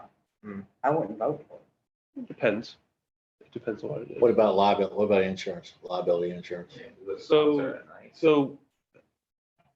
Or special event permit fees and liability insurance. Thus, in the special event permit fee, we do not have a codified ordinance relating to event requirements. The city has used a event request form for other similarly organized events. Those were mostly used during the COVID restrictions where group outings were restricted and required mayor approval. We've continued to use them since in some regard to make sure that there's safety. And then as part of that form, it's a requirement that they submit insurance. So They the submit event, insurance? they submit the insurance. They have they will provide the insurance. Yeah, that this would be an event that the organizers would have to take an insurance policy on for their event. So we would be covered in case there was some issue happened. Right, that would be a requirement that we'd have, but that's something that's on the long list of to-do items, is to clarify that ordinance to create those requirements beyond just a staff administrative function. So you're thinking we'd have to clarify the ordinance about liability insurance before? I'm just trying to answer the question completely, whether we require the insurance, and we often request it. But there's nothing in our ordinance that requires it, but most people comply with it. And I think it because they're using city streets. Yep. We have a close and analogous situation in our ordinances regarding filming, where that does require insurance and stuff. And I think it's reasonable to request them to provide insurance since they're using public property exclusively for their event. That many people showing up with, we need to be covered. Lot. Right. So I'm just letting you know that's kind of, yes, we will request it. We'll require it as much as we can. And I think that we shouldn't have any issue obtaining it. And between now and then, we can always clarify in an ordinance that regulatory requirement within the city. What do you think, Mr.? So when will the road be closed? The road, Main Street be I believe it'd be that Saturday. all day Saturday? I don't know if it's all day, but Yeah, they have the dancers like at 7 PM. And they still Stuff have like like that. flash out Uh-huh. there. yeah, there's a lot of details still to come. They're doing the right thing. They're requesting this 4 months out, so they have all to plan. Yeah. You know, Question on that, is there, with this weekend, river festival, is there a way to bring awareness to the dark skies and dark skies awareness here in Martindale? Sure. That would actually be kind of like one of the outreach requirements One of of the the whole IDA. purposes is to educate, so there will be several booths to educate on the environment. Okay, well, I mean, not just necessarily. so this is not a city organized event. This is something that a private organizer has requested the city's a grant of $8,000 to put this on, and that's something that the city could ask of them. Successful, and I'd like to see it. How much we have in our fund? So I believe the budget this year for hotel tax restricted spending was $18,000. We budgeted for $7,000 in advertising, $8,000 in art programming, and $3,000 in signage. This $8,000 would nominally be for art program. I know they are looking at marketing materials that could come out of the advertising portion. Without any other requests received to date, City Council also has the option to change those amounts as what we budgeted within the hotel tax restricted, but without moving money around, this was effectively likely zero out our art programming budget, leaving the city with a combined $10,000, $3,000 for signage, $7,000 for advertising for hotel restricted funded uses. So We had Time will come. I might add, Sonia raised her hand on Zoom. Oh, Sonia, would you mind So I just wanted to add that I thought it was, a wonderful way for the city of Martindale also to pass out the life vest to our community, and also to encourage using sustainable, and recyclable containers. I know that a focus on this year event, which I know that was lacking last year, was just making sure that we have trash cans and recycle cans. That way we are being more conscious with our recycling. And, I just wanted to add that part to it, that I really like that partnership.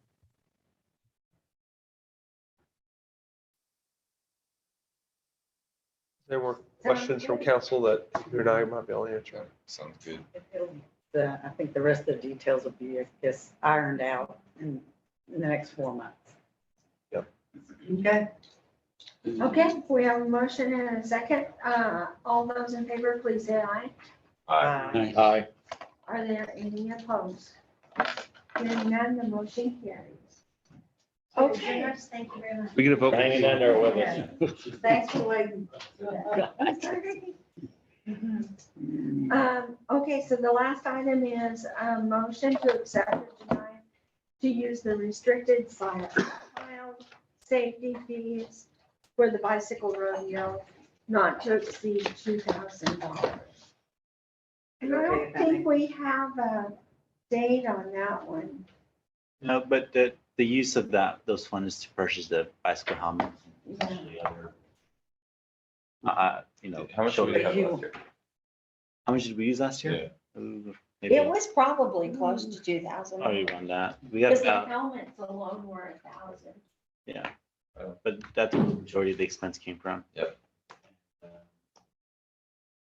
People donated bicycles, or did Right. we buy any bicycles We as bought well? 2 bicycles. Oh, Yeah, didn't we have a raffle? Yeah. Sonia. I bought a bicycle and then one of my other family members bought a bicycle. And, so we gave away, how many bikes did we give away? It was, It was actually 3. okay, because somebody gave us one. I think it was like a newer bike, but I like the bike giveaway, and I bought a bubble machine. I still have the bubble machine, and we bought the cones, so it was a really good turnout. So yeah. I just don't think that you ought to be spending it every year, spending money on a bike. I mean, like, we could all pitch in. Yeah. I bought it last year. Who's gonna buy it this year? Why can't we increase this budget to include a Well, couple I of think bikes at We don't have to $100 buy, like the cones and some of the things we bought last year. So she's requesting not to exceed 2,000. So if the helmets were 1,000, We got Then it. you probably have a, I mean, We those probably kids' have- bikes are, what, $100? Yeah. You know, We'll have to buy at the less. most. A couple thousand. Well, it depends. You can get well, like, and get if $500 they decide bike, to you know, do it makes that, no Well, You're not growing. Jesus, no. 4-year-olds are gonna use it for, 5 seconds. Well, I'll make a motion. I'll make a motion to accept the use of restricted child safety fees for the bicycle rodeo not to exceed $2,000. Okay, I have a motion. Do I have a second? I second. Okay, any more discussion? Okay, all in favor, please say aye. Aye. Any opposed? Okay, the motion carries. Done. Okay, I need a motion to adjourn. I make a motion to adjourn. I second that.